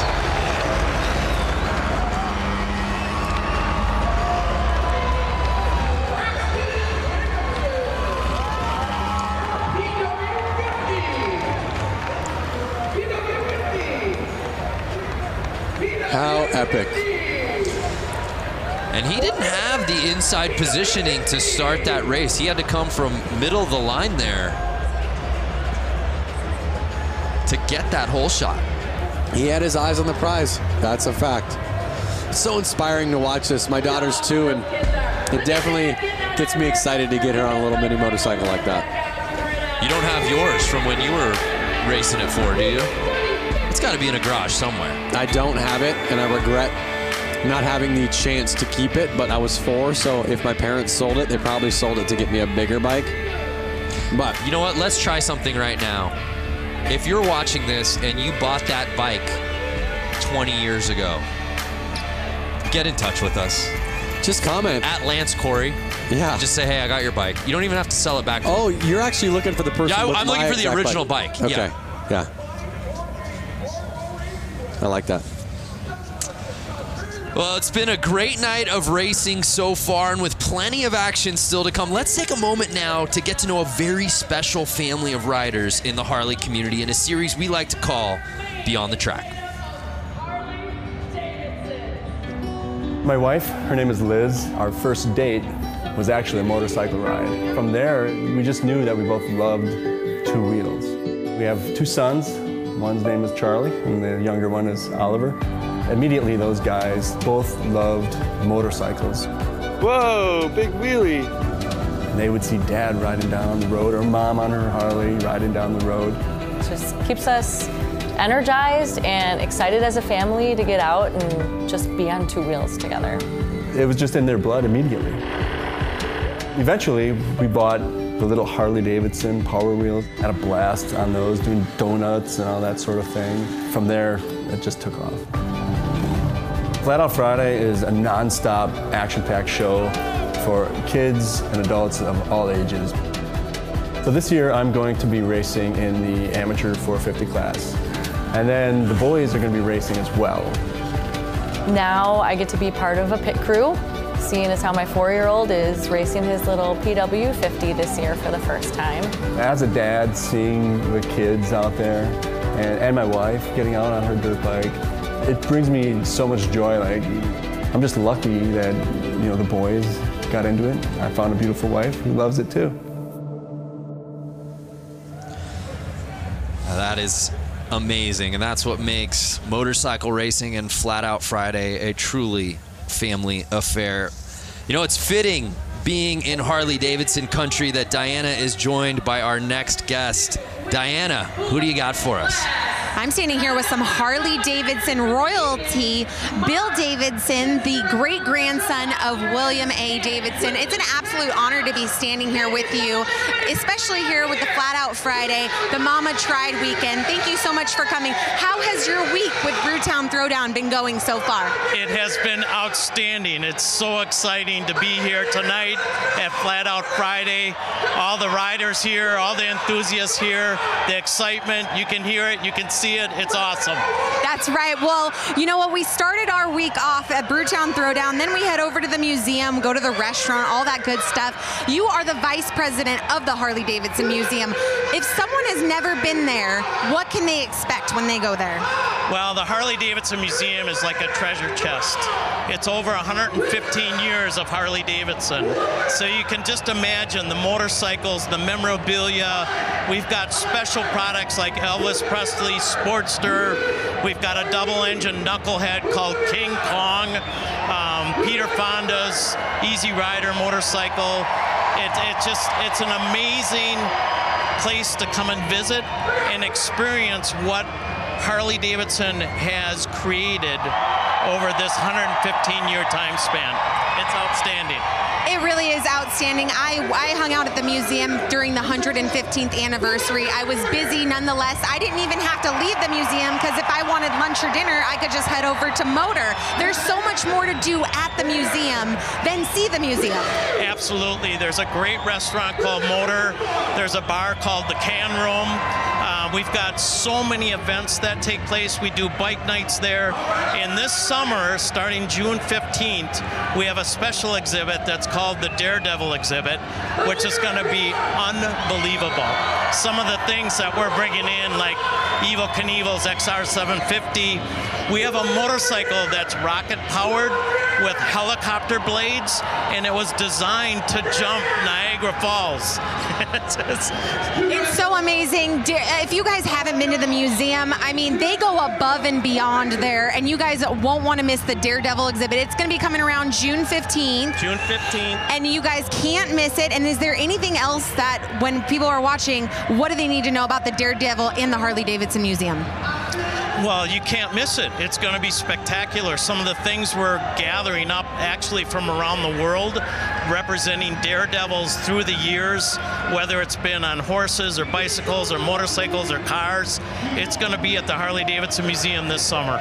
Well, do not miss it. June 15th, Daredevil. Bill Davidson, such an honor to be standing next to you, and thank you so much for all your family's history and lineage. Thank you. Brando, Lance, I'm going to send it back up to you guys. I bet you're jealous right now. We are peanut butter and jealous is what we are. And the Harley-Davidson Museum is worth the trip to Milwaukee alone. Whether you own a Harley-Davidson, whether you rode motorcycles or not, it is an institution. We love going there. I love the Harley-Davidson Museum. I love the food that they have there. I love the memorabilia that you can buy. Well, tonight's broadcast is brought to you by the all-new electric Livewire. Plug into a new kind of thrill. Discover more at h-d.com/livewire. And by Eagle Rider Rentals and Tours. With more than 150 locations in the United States, rent your dream bike for a road trip across town or across the country. Eagle Rider's the official U.S. provider of rentals and tours for Harley-Davidson Motor Company. Visit eaglerider.com to learn more. Well, the show moves on here at Flat Out Friday as we move on to our next class. It's time for the Women's Hooligan main race. Let's head back down to Johnny for a little report from the course. Johnny, how you been, man? Just down here watching the action. We got a full class of women hooligan bikes this afternoon. And to me, if you look at these women, there's not many over 5'10". I'm 6 foot, and these things are 500-pound motorcycles. And even me riding them around on the street, I get, intimidated. So these girls are jumping out here, and they're going to put on a show. The racing's going to be really good. Throwing these bikes around like they're mini bikes, make some good passes. I'm excited for this. Yeah, we are too. Well said. What a sharp lineup of motorcycles, Lance. Yeah, I'm looking at the start list right now and looking at the women out there. I see a name that's familiar, Kaylin Thorian. She is a professional skier. Right. Who loves to ride Harley-Davidsons. Clearly. The bike she's on is not even her bike. She flew here, asked to borrow one of the hooligan racers' bikes, so she's out on there on someone else's bike. She loves racing so much, she loves motorcycles so much that she found herself out here, sans bike, and just said, I'll figure it out. Yep, and she's right there, the number 46. You could see her about five women in. Four women in. Keep an eye on her. Also in this lineup, Hannah Lang, who went down on the final lap in her previous race. 2 down so far. Never a good thing to see on the first lap. They're running a red flag. Usually means pull over. Let's get this cleaned up. Everyone, let's restart this race. Yeah, that's a tough start. It's never a good thing to see people go down on the first corner. And we've been saying it, though. You get your laps in early, and then it's just so much of sit around and wait, and you finally get to that point. And it's such a buzzkill right out of the gate to go down. Oh, the man. adrenaline. Ooh. I'm worried. Was that Kaylin? I think that was Kaylin. Yeah, that was Kaylin who I was talking about. Yeah. And you also see... And look at her. Look at how tough she is. She's not scared. She wants to get back out there, but they need to get the bike straightened up. Right. She is tough. Kaylin Thorian, and she's trying to get back out there. Looks like she's going back out. Awesome. Love to see that. What did I tell you? Keep an eye on her. Again, what a story, traveling out here to Milwaukee without a bike. She just crashed somebody else's bike. Just crashed somebody else's bike who might be racing later tonight. We don't know. That's one of the Suicide Machine Co. bikes. I'm not sure if they made it in the main or not. But you got to be a pretty nice person to, you know, let somebody go out there and race your bike. Again, they're just doing this for fun. Nothing serious. They literally are like, oh, you want to race my bike? Yeah, go race it. And then she just kind of comes like, sorry. I'm sure they're going to go up to her and go, wow, we're so stoked you got back out there. Look at her. Something's up with her shoulder, but she's back out there. Everyone's kind of cheering her on. She's ready to go. Her adrenaline is just pumping. You know she's gonna be sore. So we'll set it off. Take 2. And really, that underscores the fact that Hannah Lang, much like her previous race, got off to a fantastic start, and she does just that again, grabbing hole shot.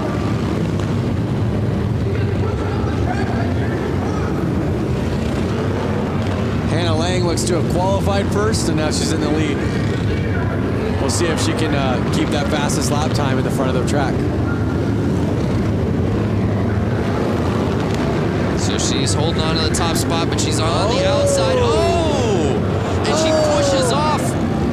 That was Lassen. That was Lassen, who was right behind her. Kristen Lassen was pushing hard, but pushed a little too hard.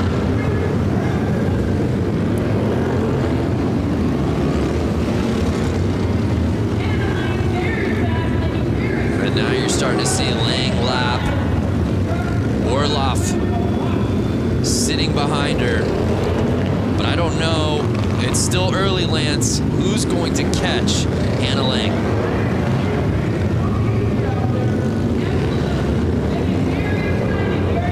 They're a minute in the race. You can already see Lang's got a 5-second lead on Orloff. Leah Orloff sitting in that second position, but she's got so much ground to cover, and Hannah Lang just seems to be getting faster as this final moves on. Every lap, your confidence kind of boosts and boosts and boosts. You're getting more comfortable. You feel the track more and more. You understand the track more and more. As long as you can keep your excitement level down, you can usually hold on to that win.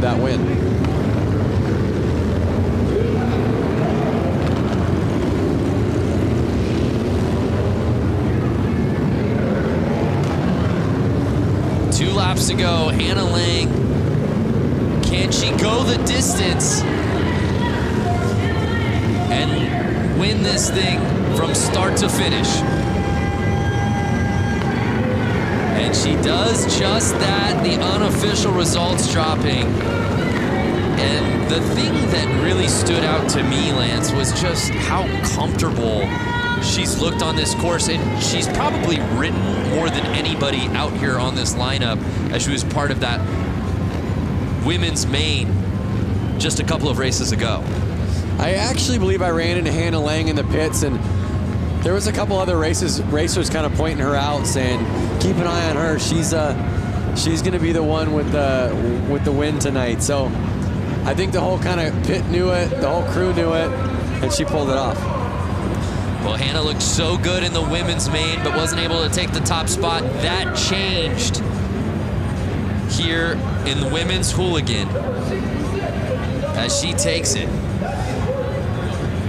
Again, got to give that street cred out to Kaylin for pulling back out there on the track after slamming down on that concrete. Yeah, so our results officially in the books here in women's hooligan. Hannah Lang fending off Leah Orloff and Mallory Lee to take the top spot. And of course, Kaylin Thorian just outside of that top 3 spot, settling for 4th. Let's head down to Diana, who's with Hannah. Standing next to the winner of not only this race here at Flat Out Friday, but at the 115th anniversary, she also won the Flat Out race. She's built this bike. Not only this, she dominates on the course. Hannah Lang, what makes you so superior to other women on the course? I guess I do come from a very good dirt track background, and I have a great team at Westman Harley that builds great bikes, and they helped me build this one for this year. Well, she's taking home another win. Guys, we're going to send it back up to you. Hannah Lang taking the win here tonight. Thank you, Diana. Yeah, Diana reminding us of just how good she was at the 115th. Yep.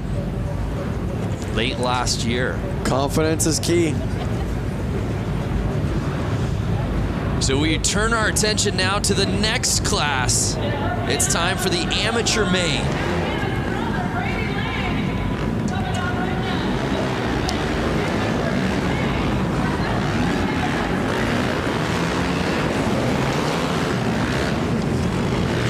So the open amateur main featuring 12 riders.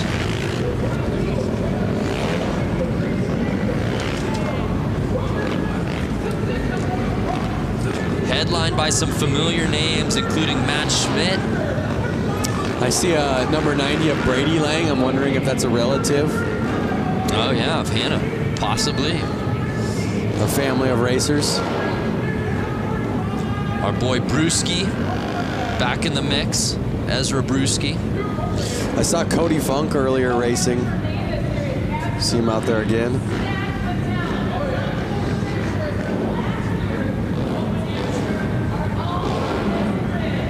Our lineup set for the open AMs.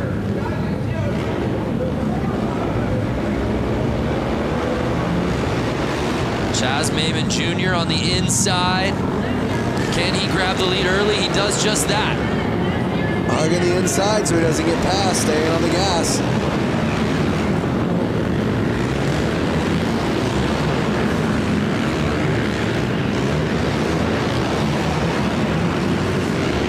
The nerves are up right now, 10 laps to go, and these guys are on the gas. They are wheel to wheel right now. Lang is on Chaz Maimon's heels. Can he catch him? And you see him, Lance, trying to get that inside, but Maimon not giving him any room. They are not letting off. They want to pass. It's such a tight track. It's so hard to pass, but we've seen it happen. It might happen. 6 laps to go. Look at how fast this race is going. And Maimon just continues to be relentless with holding on the inside. Lang's doing everything he can to push through.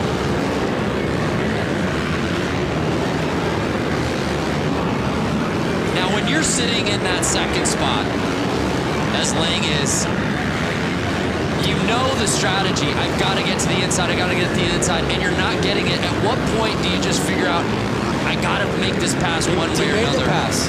Did he make the pass? Oh, man down, rider down. He's in the lead. He made the pass. Lang made You're the right. pass. Lang is on top. Must have happened without unofficial results, and he does it. Was that the final lap that he did it? I think those results are a little off. I believe Lang pulled it. Lang is on the 90 plate. Yep. And so he sure looks like he did. Lang wins the women's class. Lang wins the open amateur class. So what you're saying is when you register for these races, you should write last name Lang. What I'm saying is the Langs trained together. The Lang train. Yep, and they knew exactly what to do. There's the pass right there. Whoa. We said it. All race long, Lang was just looking for that opening.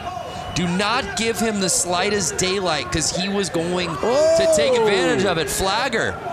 Almost down for the count.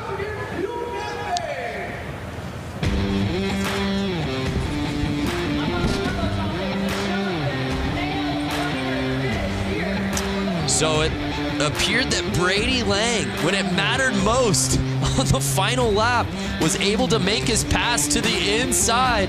Let's send it down to Diana. Here with Brady Lang, the winner of tonight's Flat Out Friday, but he also won at the 115th anniversary. Now here he won, making a clean pass on Maimon. Walk us through what happened. Well, he was leading, I was working on him, and he screwed up and I took advantage of it. Taking advantage of it. And I know for those of you watching on Facebook Live right now, you can't hear the crowd, but you know what? That one got him good. Is there anyone that you would like to thank and also congratulate your sister, both of you guys winning here tonight? Yeah, I'd definitely like to thank Southeast Sales, West Bend Harley, Spectral Oils, Bell Helmets, Trier Distributing, Moose Racing, Promotion, and that's all I can think of for now. All right, congratulations. Another Lang on the podium. Brando, Lance, back to you. Brady Lang is an absolute gamer. Diana, next time you ask the winner, I want to know like what they had for breakfast and lunch. Were they so nervous that they could barely eat, or did they load up? Yeah, what was the meal of choice today? Were you a guy? You obviously competed at the highest level at X Games, winning gold. How about nerves? How much did that play for you on race day and contest Nerves day? were huge, and I always tried to eat a super bland meal. I would eat rice, chicken, something that I knew wasn't going to mess my stomach up.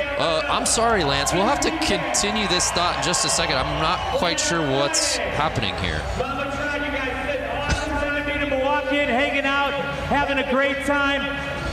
I brought some of my guys with us. We're having a great time watching the riders in the back, watching the races, doing a great thing. We want to thank everybody for coming out tonight. Let you know we got a big show coming up at Turner Hall in September. We got a couple other big shows coming up. We hope to see you guys if you're in town. I want everyone tonight, have a drink, have a good time, get a little rowdy, get a little crazy. It's become rogue down here on the course. Diana, what's going on down there? You know what? I have a little bit of wrestling experience, and this to me looks like a showdown. Oh my goodness. You're so lucky, Brandon, that you're not down here because I feel like they would break you up into little pieces. Oh, wow. They would just chew you up. Tell me how you really feel. Jeez. Oh, no. They're not going to. Diana, they're not going to throw him on this table, are they? No. Whoa. Thank you, Milwaukee. Lance, the man has a family, Lance. What did they put in their Wheaties this morning, guys? That's what I want to know.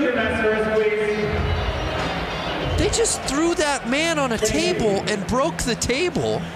Was that Vance or Lance? Hey now, that was Lance's alter ego, Vance. You know, that's got me thinking, Diana, Lance. Obviously, these wrestler takeover. What would be your wrestling name, Diana? What would if you're wrestling? What would be your nickname? You know what? I honestly can't even answer that because I don't know. Why don't you give me a name, Brandon, right now? Give me a name. Diana. What rolls off the tongue with Diana? Dirty Diana.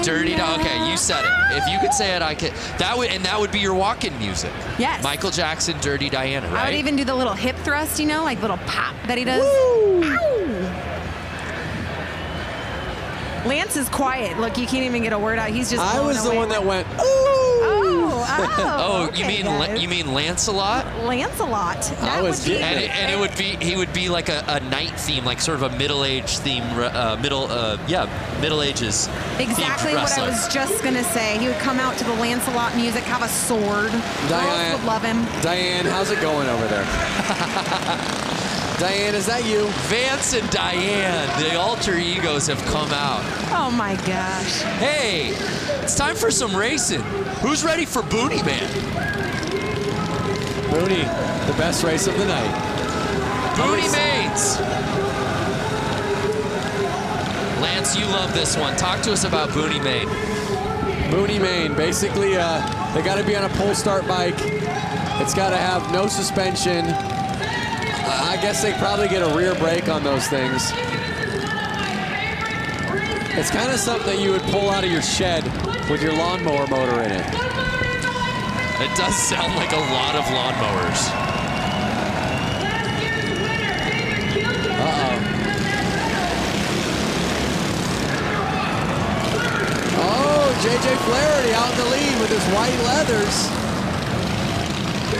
JJ Flaherty's a local out here. He is. He didn't make the main for the hooligan class, which I'm sure he's bummed about, but that's why he brought this bike out, because he wanted more laps and he wanted more racing. JJ Flaherty, an absolute fan favorite. I was walking the concourse earlier this evening, and kids were beyond stoked to meet him and get his autograph out here tonight. A lot of JJ fans here at Panther Arena. You see David Kilkenny right behind him. I've seen both of these bikes racing right at the peak for the last 4 or 5 years here. Can Kilkenny catch him? It looks like he was making the pass, but Flaherty. Oh, I think he did, Lance. I think this win. Both Kilkenny. Notice the lines they're taking. That is what's making who's going to pass. They're going outside in, passing the guy in jeans. One of the guys just needs to take the other one out. Just clean, take him out, push him over. This is the battle we've been waiting for. Kilkenny. Over the jump, the only time I've seen it used. Kilkenny versus Flaherty in the booty main. Can Flaherty get the lead back?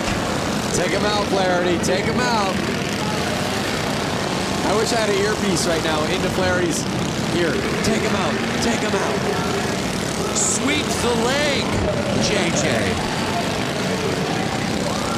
And Kilkenny will just not let up. Final lap time.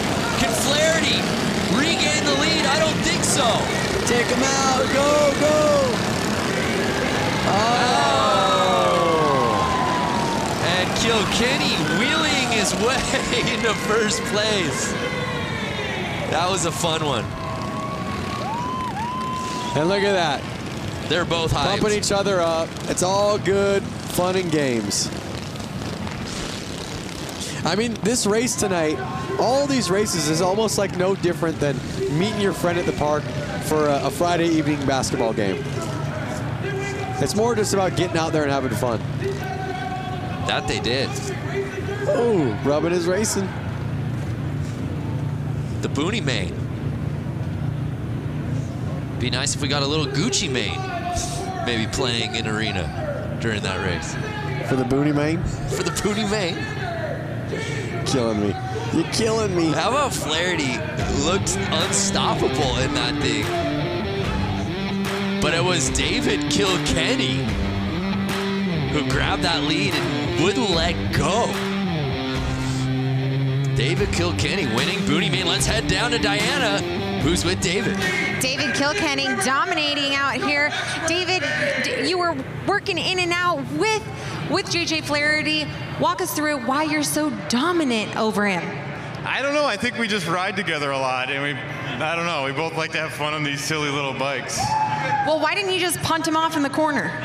I don't know. I mean, I was just playing with JJ. We just kind of play back and forth, and whoever wins, wins. Well, congratulations. No stranger here to the podium. David Kilkenny taking the win here for the Booney bike. Whoever wins, wins. Isn't that the spirit of Flat Out Friday? I mean, that's the slogan right there. You're winning if you're out there. Whoever wins, wins. Shrug the shoulders. Exactly.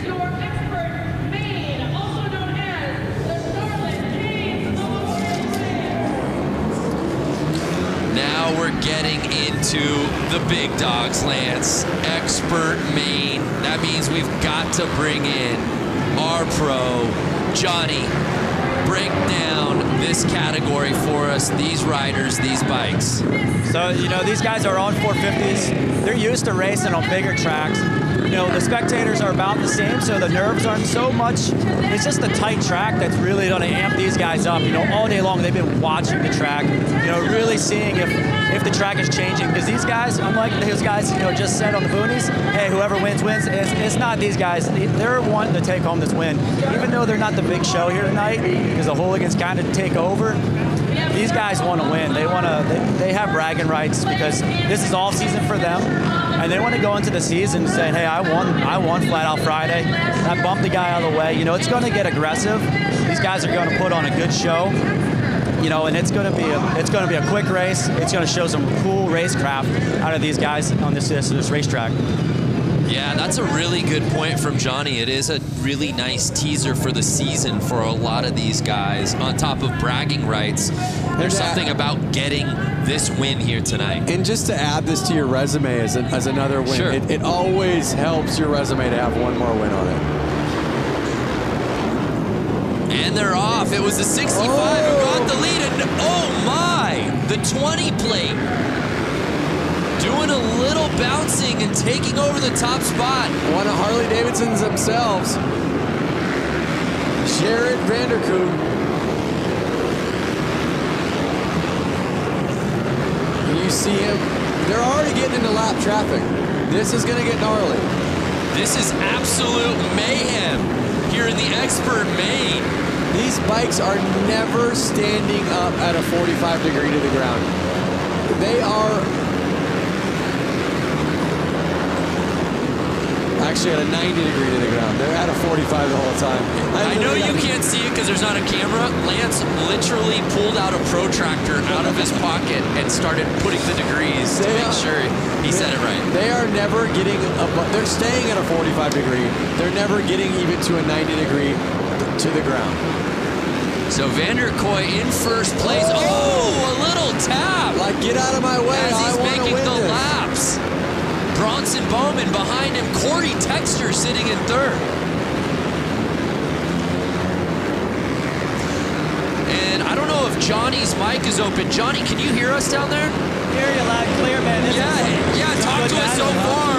We're early in this race, man, but the level of racing. Loud for me. I can't hear you guys. I really want to hear from Johnny on what's happening right now. That's how loud it is down there. Yeah. They are on the gas. Oh, he's down. He's down. And Vanderkooi going down, our current leader, no! Which creates an opening for Bowman. 22 laps left, though. Still plenty of time. The longest race we've seen tonight, but this may go by the quickest because of how fast they are going.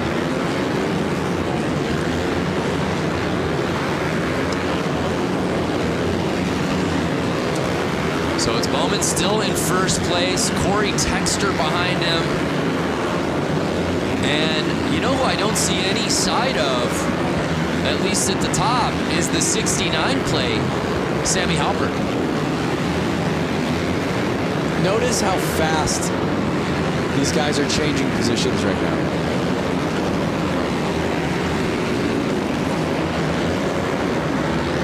Jared's already back to third place. He's 4 seconds off the leader. Can he reel him back in? And Bowman is just full throttle on this track here tonight. And again, the mentality shifts, right? It was the boonies right before this. Guys just having fun, screwing around. Whoever wins, wins. And the now entire vibe has changed. And now I'm on the edge of my seat. Yeah, literally, you are. So Bowman holding off Texter. I'm trying to just pay attention to who's staying in the lead right now.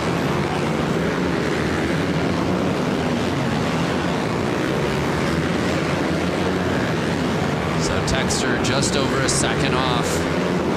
It's really a two-man race. Final 9 laps to go right now. Spotlight is staying on Bowman. But again, credit to Vanderkooi for getting all the way back in. Now he's sitting in third.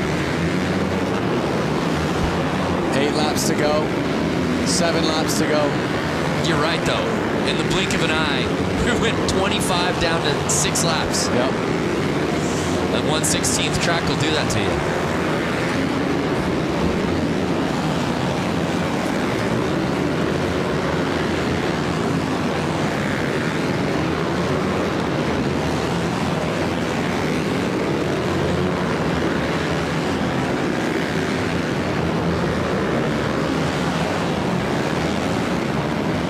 So wait a second. I just had a realization. 1/16th track, right? Yes, sir. So if they're riding 25 laps, they're riding right about a mile and a half. Crazy. In 4 minutes. Just think about how fast that is. That gives you a perception idea of when you go run a mile on your feet. They're riding about a mile and a half in 4 minutes. 4 minutes and 37 seconds. I was told there would be no math. And with that, Expert Main in the books. And it was Bowman who was able to hold off Corey Texter and the rest of this field. And as Johnny said, bragging rights heading into the season. Johnny, can you hear us?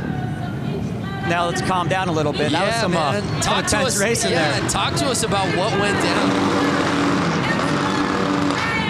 Sorry, I lost it there. Now I can hear you again. Yeah, Johnny, just your analysis of that race. As you said, early season bragging rights on the line. Yeah, you know, it was definitely a bar bag, and, you know, Vanderkoy just lost it there, spun out, leading the race, and then, you know, with Texter catching him, I don't know if you guys really caught on to that, but it came down close. I think, you know, if they would have had a little bit more laps, you know, that happened really fast. Our races are a little longer time, not laps, but time. Right. You know, these guys had enough energy to keep going, but it was, you know, it just ran out of time. But that was a good race. You know, you have to put up to these guys. Like, you know, they fall, but they're doing 7 seconds around this track. I don't know if you guys realize that, but it was 7 seconds of lap time with these guys. So they're traveling a lot of distance pretty quick in this little arena. The results are in, and it was Bronson taking the top spot. Jared Vanderkoy was leading early, but unfortunately going down. Still a top 3 finish, but wasn't able to win the thing outright. Let's head down to Diana, who's with our winner. Your 2-time winner, Bronson Bauman. Congratulations, capitalizing off of Vanderkoy's mistake and brought home the win. Yeah, definitely. I hate to see my best friend go down like that while leading the race. I would have been pumped with the 1 and 2, but you know, luck has it. Last year I crashed during the main event and picked it back up and got the win. So to get the win again here tonight, 2 years in a row, is awesome. Well, keeping it rubber side down with a clean line brings you on the win. Congratulations, 2nd win in a row for Flat Out Friday, Bronson Bauman.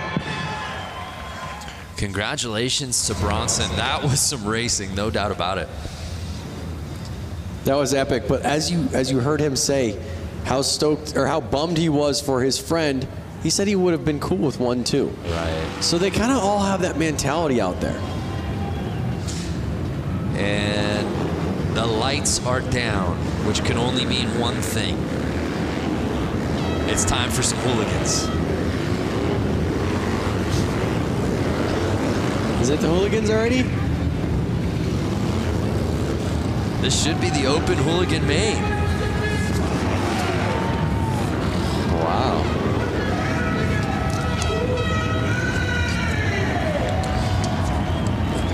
The night is going by so fast. Crazy. I'm like, we're already to the hooligan main?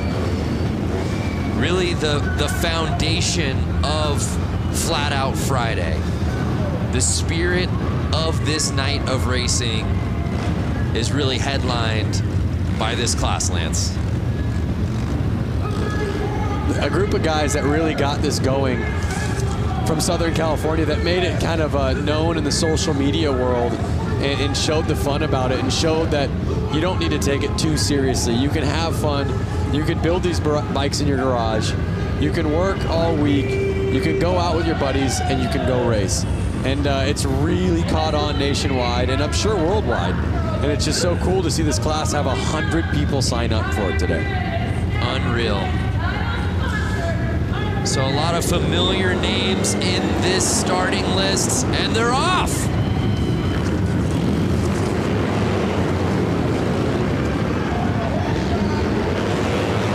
You see the 100 and Nick Mattia out in the lead right now, holding on. Can he hold it on for the next 11 laps? Heverly right behind Mattia, but right now,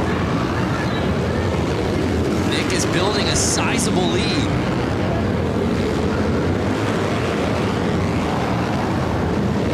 And now Mishler passing Heverly, for right behind Mattia. Can Danny Mishler bring it and try to find an opening?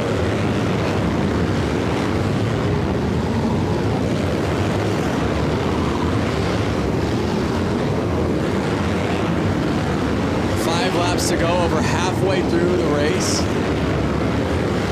Nick Mattia just making this thing look effortless. You can see how calm he looks. You can see how smooth he looks. And that's what really you see in most winners. Now Benny Carlson has jumped up into second place. Oh no! Heverly passing Carlson for second. I don't know who's going to be able to touch Nick Mattia for that top spot. the checkered flag. Nick Mattia getting the whole shot and never looking back.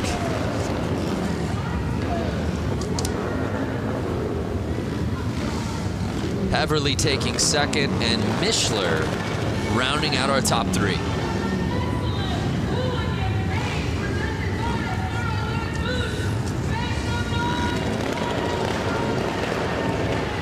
Look at that, rubbing his racing. Yeah, there's a great look on the inside. Oh, look at him riding those cones right there.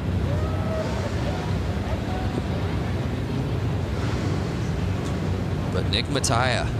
Is this the crash? Look at that. Yeah. See what it is? The side of the motorcycle touches the ground, which lifts the rear wheel off the ground, losing all traction. Bike goes sliding. So Nick Mattia taking the win, heavily contested though. It was really a battle for second place between Carlson, Mishler, and eventually Heverly, who ends up taking that spot. But it was Nick Mattia winning the Hooligan Main. Let's head down to Diana, who's with Nick. Standing with the winner, Nick Mattia, congratulations, taking the whole shot and running a clean, solid race to the finish. Yeah, thanks to my dad and everybody that helps me so much. I got a rocket start and was able to get out front and just kind of put in some consistent laps. You were just telling me that you pretty much came here and reclaimed the Mattia name. I'm not going to say that there's a ton of weight on my shoulders, but I felt like I needed to do something after my brother's crash last year, riding Charlotte's bike with 2 laps to go. And I'm happy to bring home the win, especially for him. He just had knee constructive surgery, and he couldn't be here today, but this win is for him because I know he wants to be here. Well, a huge win. Congratulations to Nick Mattia and the entire Mattia family. Brando Lance, up to you. Yeah, thank you, Diana. Nick Mattia leaving no doubt about it. We turn our attention now to one of my favorites, the vintage. The vintage main. I'd love to head down to Johnny if he's there. Johnny, I don't know if it's too loud. Can you hear us down there? Sorry, I can't hear you guys. That's okay. We'll come back to you in just a little bit. Actually, as these guys get onto the starting line. How about now, Johnny? Get me a little better. We'll get back to Johnny.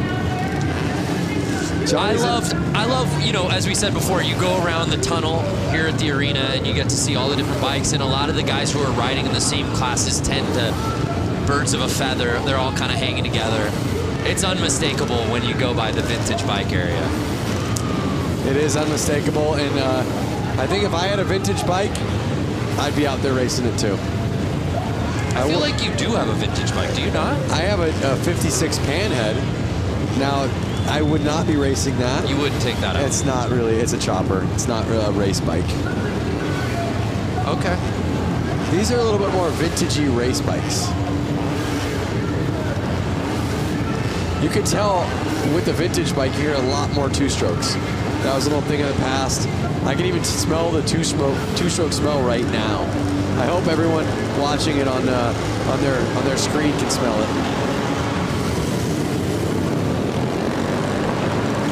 And they're off. The 37 plate getting the whole shot. That's Moldenhauer.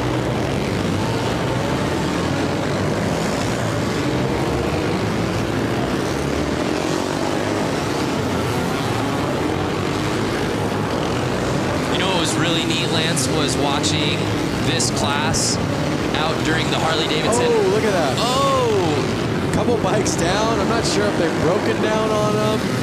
They're just not able to finish the race because of how old the bikes are. To finish that thought, the Harley-Davidson 115th anniversary races, when we did the beach race. Yep. And seeing a lot of these vintage bikes out racing on the sand. That was incredible. So Moldenhauer really just kind of weekend cruising right now to the lead. Yeah, it doesn't look like anybody. Doesn't look like anybody's pushing too hard. I think those vintage bikes might be dropping some oil on the track, which is making all these riders go down.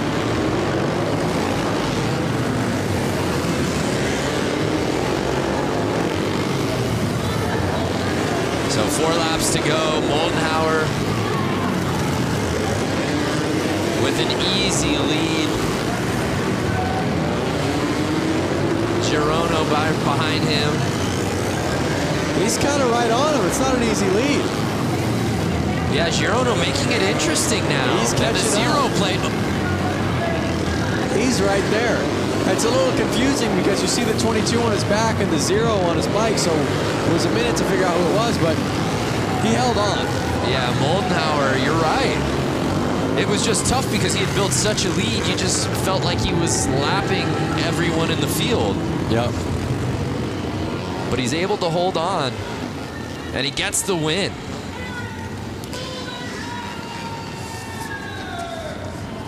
Next up's my favorite class. Name, Goofball. Yeah, I can't wait for that one. Same name that I call you. Yeah, Goofball. That'd be my wrestling name, I think. The Goofball. So congratulations to Moldenhauer, who grabbed that whole shot and then clinged to the lead. He said, "You shall not pass." And no one did. It's his race to win.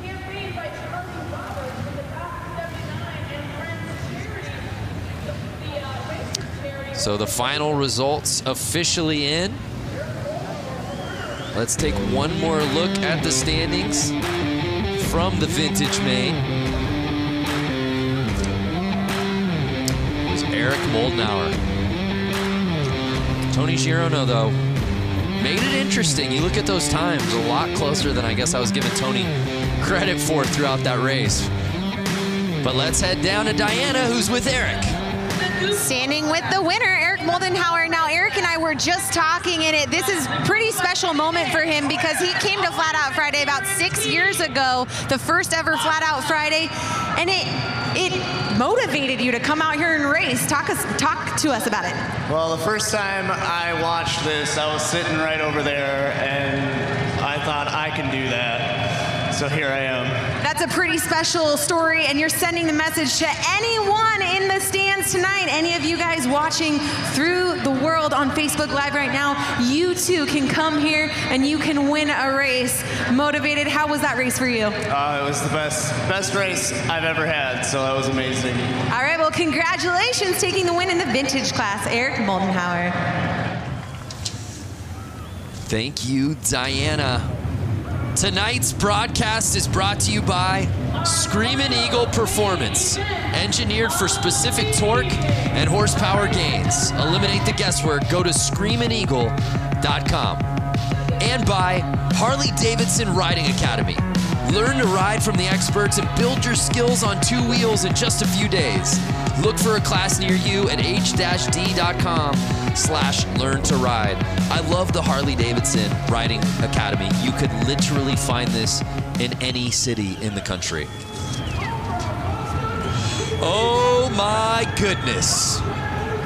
We've got a chicken on the course. When you see it, you know it's time for the Goofball Main. If that bike in particular looks familiar, it should. I believe that's the cop bike that won this class last year. And was a pizza bike at one year. Yeah. That team comes out pretty strong every year with a pretty rad build. So for the uninitiated, this is our final class of the evening, the Goofball Main. Costumes on the riders, bikes dressed accordingly. I believe I see a Devo member out there. What would you call that with the red cap on him? Yeah, that's Devo. What's Devo? You don't know Devo? No. Please explain to me and the viewers that don't know. Do. You know the band that sings that song? Yeah. Whip It Good? Yeah. Yeah. That's what they wore. That's the costume. Oh, okay. Yeah. I didn't know that. Oh, did you think that was like such a nuanced thing that only I knew? I have no idea. I see a gorilla out there. I see 2 gorillas. Okay, well, yeah, I see. Was that it looked like Animal from the Muppets. That guy's like in like a Elton John Vegas show, and then the farmer on the chicken. And how about the back line? I feel like I see an abominable snowman. And they're off. Whoa! Oh! And it's the boa. The Vegas boa. Yeah, baby. Zastro. Look at him popping wheelies every lap. He thinks he's got it. Well, he's got 14 laps to go, so he better keep it safe. Dude, I'm getting a very 70s Elton John look to Zastro, who's in our lead.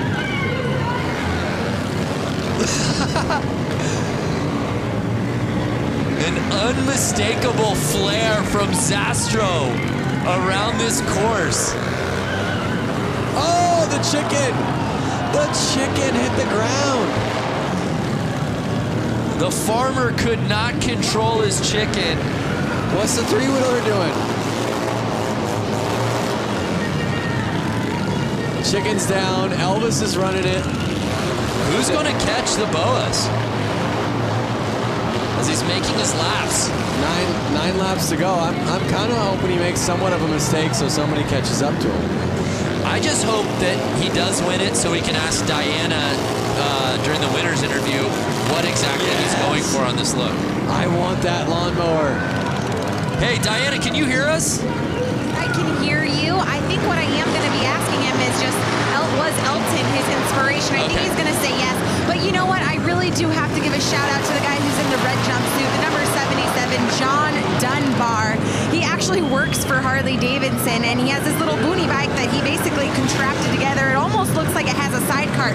But guys, that's actually the engine. Oh, so no way! Both of his hand grips are his throttle, and I just got to give a shout out because he's one of my bosses at Harley-Davidson. So hey, pal, good job out there. Hey, pander when you can, Diana. No shame in the game. Oh, I did not realize that's actually not a sidecar, but the motor itself. That's amazing. I think he legit has two motors on it. Two engines on it, I should say. Bike's off to the side. Everyone's being goofballs. And I saw the checkered checkered out. Did the checkered come out? The checkered came out. I don't know if there's confusion out on the course. I think they're just trying to get him off the track. Get your goofballs off the track. So Zastro. Uh-oh. Joe is freaking at Goodland. He's letting it go. The farmer. Hey, if you can't burn out in the goofball class, when can you, Lance? He's trying to shut his bike off. Stop, stop. And you see the police lights shining through the kit. What came first, the chicken or the hen?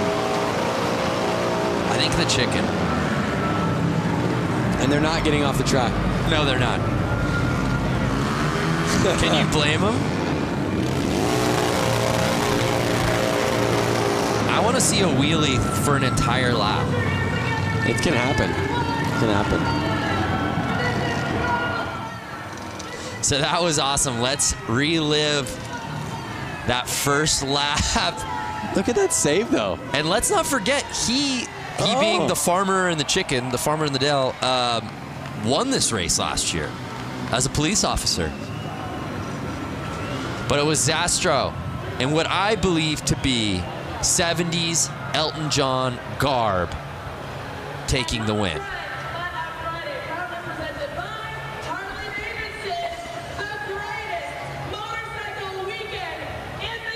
And again, you would wonder if the boas, just like tassels on some of the previous drivers, would inhibit the speed. It didn't do it at all. Look at how many guys are trying to stop Farmer from doing burnouts. Well, let's send it down to Diana, who's with our winner. You know, this whole time you guys have been calling him by his name, but it's actually wrong. It's Elton Ron, and Elton here has taken the win. This was a great class, and I just love that we have Elton in the flesh. Thank you. I'm just glad Harley brought me back after 16 years. After after 16 years. You haven't been here for after 16 years? No, Harley just brought me back after 16 years. I'm really appreciating it. Well, Elton Ron appreciates Harley-Davidson after 16 years bringing him back. We love Harley-Davidson putting on a great event here. You just put on a whole show for the entire stadium. Thank you, sir. Thank you. I'd like to thank Andy Mock from Motoscoot. He completely did this. I just got back in town. The people that put this on, obviously, and Mike Pence, too. Awesome. Well, congratulations, Elton Ron, taking the win here for the Goofballs. I love it because Ron Zastro got the whole shot, got the lead, and then immediately went wheels up and just wanted to have a good time through that first lap. I just wanted one note from Elton Ron. Just one hit. Just one Rocket Man. Yeah. Rocket Man. What a night out here at Flat Out Friday. I hope you fans watching at home, have you enjoyed it as much as Lance and I have. Let's do a little social recoup if we can. I'd love to see what people were saying that we're watching. Ride with Peaks, 2:22 in the UK, and I'm hooked. This is amazing. Flat Out Friday. Please put my tweet on the Jumbotron. I love racing. That's all I ever wanted. Well, Cold Cucumber. I don't know if it got on the Tron, but you got on the screen on the big show, baby. It's madness here in Milwaukee. Yeah, yes it was. It smells like fast bike bulls in here. What a night It's racing. been so much fun, Lance. Hey, let's head down to Johnny for his final thoughts on the night. Johnny, you made your broadcast debut. What'd you think of your first Flat Out Friday on the microphone? Wow, man, that was. I think that was the way to end a night. The racing all night long was incredible. I don't even know what to call that. I don't know if it was a race or just, it definitely fits the Flat Out Friday motto, And then this isn't even the end of the weekend, All these guys here tonight watching and hanging out. There's still bike shows and all this other stuff going on. So, man, for this event, come here to see the racing, let alone like having pros and the hooligans, having 100 hooligans split in between 3 classes. Now this event is just taking that racing to a whole different level in the wintertime when it's 10 degrees outside. This was an amazing event. Yeah, it didn't feel like 10 degrees inside. Thank you, Johnny. How about Diana Dahlgren, your final thoughts? What's your takeaway from Flat Out Friday 2019? You know what? Flat Out Friday 2019 was epic. And not only that, the whole week and the weekend continues after this. Lance and I, we got to do this amazing bike build-off. We went head-to-head for Brewtown Throwdown. And you guys, the fans, are going to be able to vote come Sunday. Social channels are going to be lit up with our 2 Harleys that we got to build here in Milwaukee this week. You guys are going to have to vote for Team Super Bob. No Vance, you're not going to win with Team Quick and Sleazy Easy Cheesy. Okay, guys, great weekend, and of course, having a blast with you and Harley-Davidson. So grateful for everything they've put on through the entire week. Thank you, Diana. Look at that, a shot across the bow to you. Go Quick and Easy. Vote for the red bike. Quick and Easy. Let's win, baby. So Lance, Corey, it was an amazing night. So many different classes. What stood out to you here on Flat Out Friday? I mean, being a dad myself, what stood out to me was honestly seeing the kids on the bicycles and seeing the kids on the PW50s. And again, they got to race and ride on the same track some of the leading class pros are racing on tonight. What an evening. So much good stuff. Our thanks to our friends at Harley-Davidson. For Diana Dahlgren, Johnny Lewis, Lance Corey, I'm Brandon Graham saying thank you so much for watching Flat Out Friday here from Milwaukee, Wisconsin.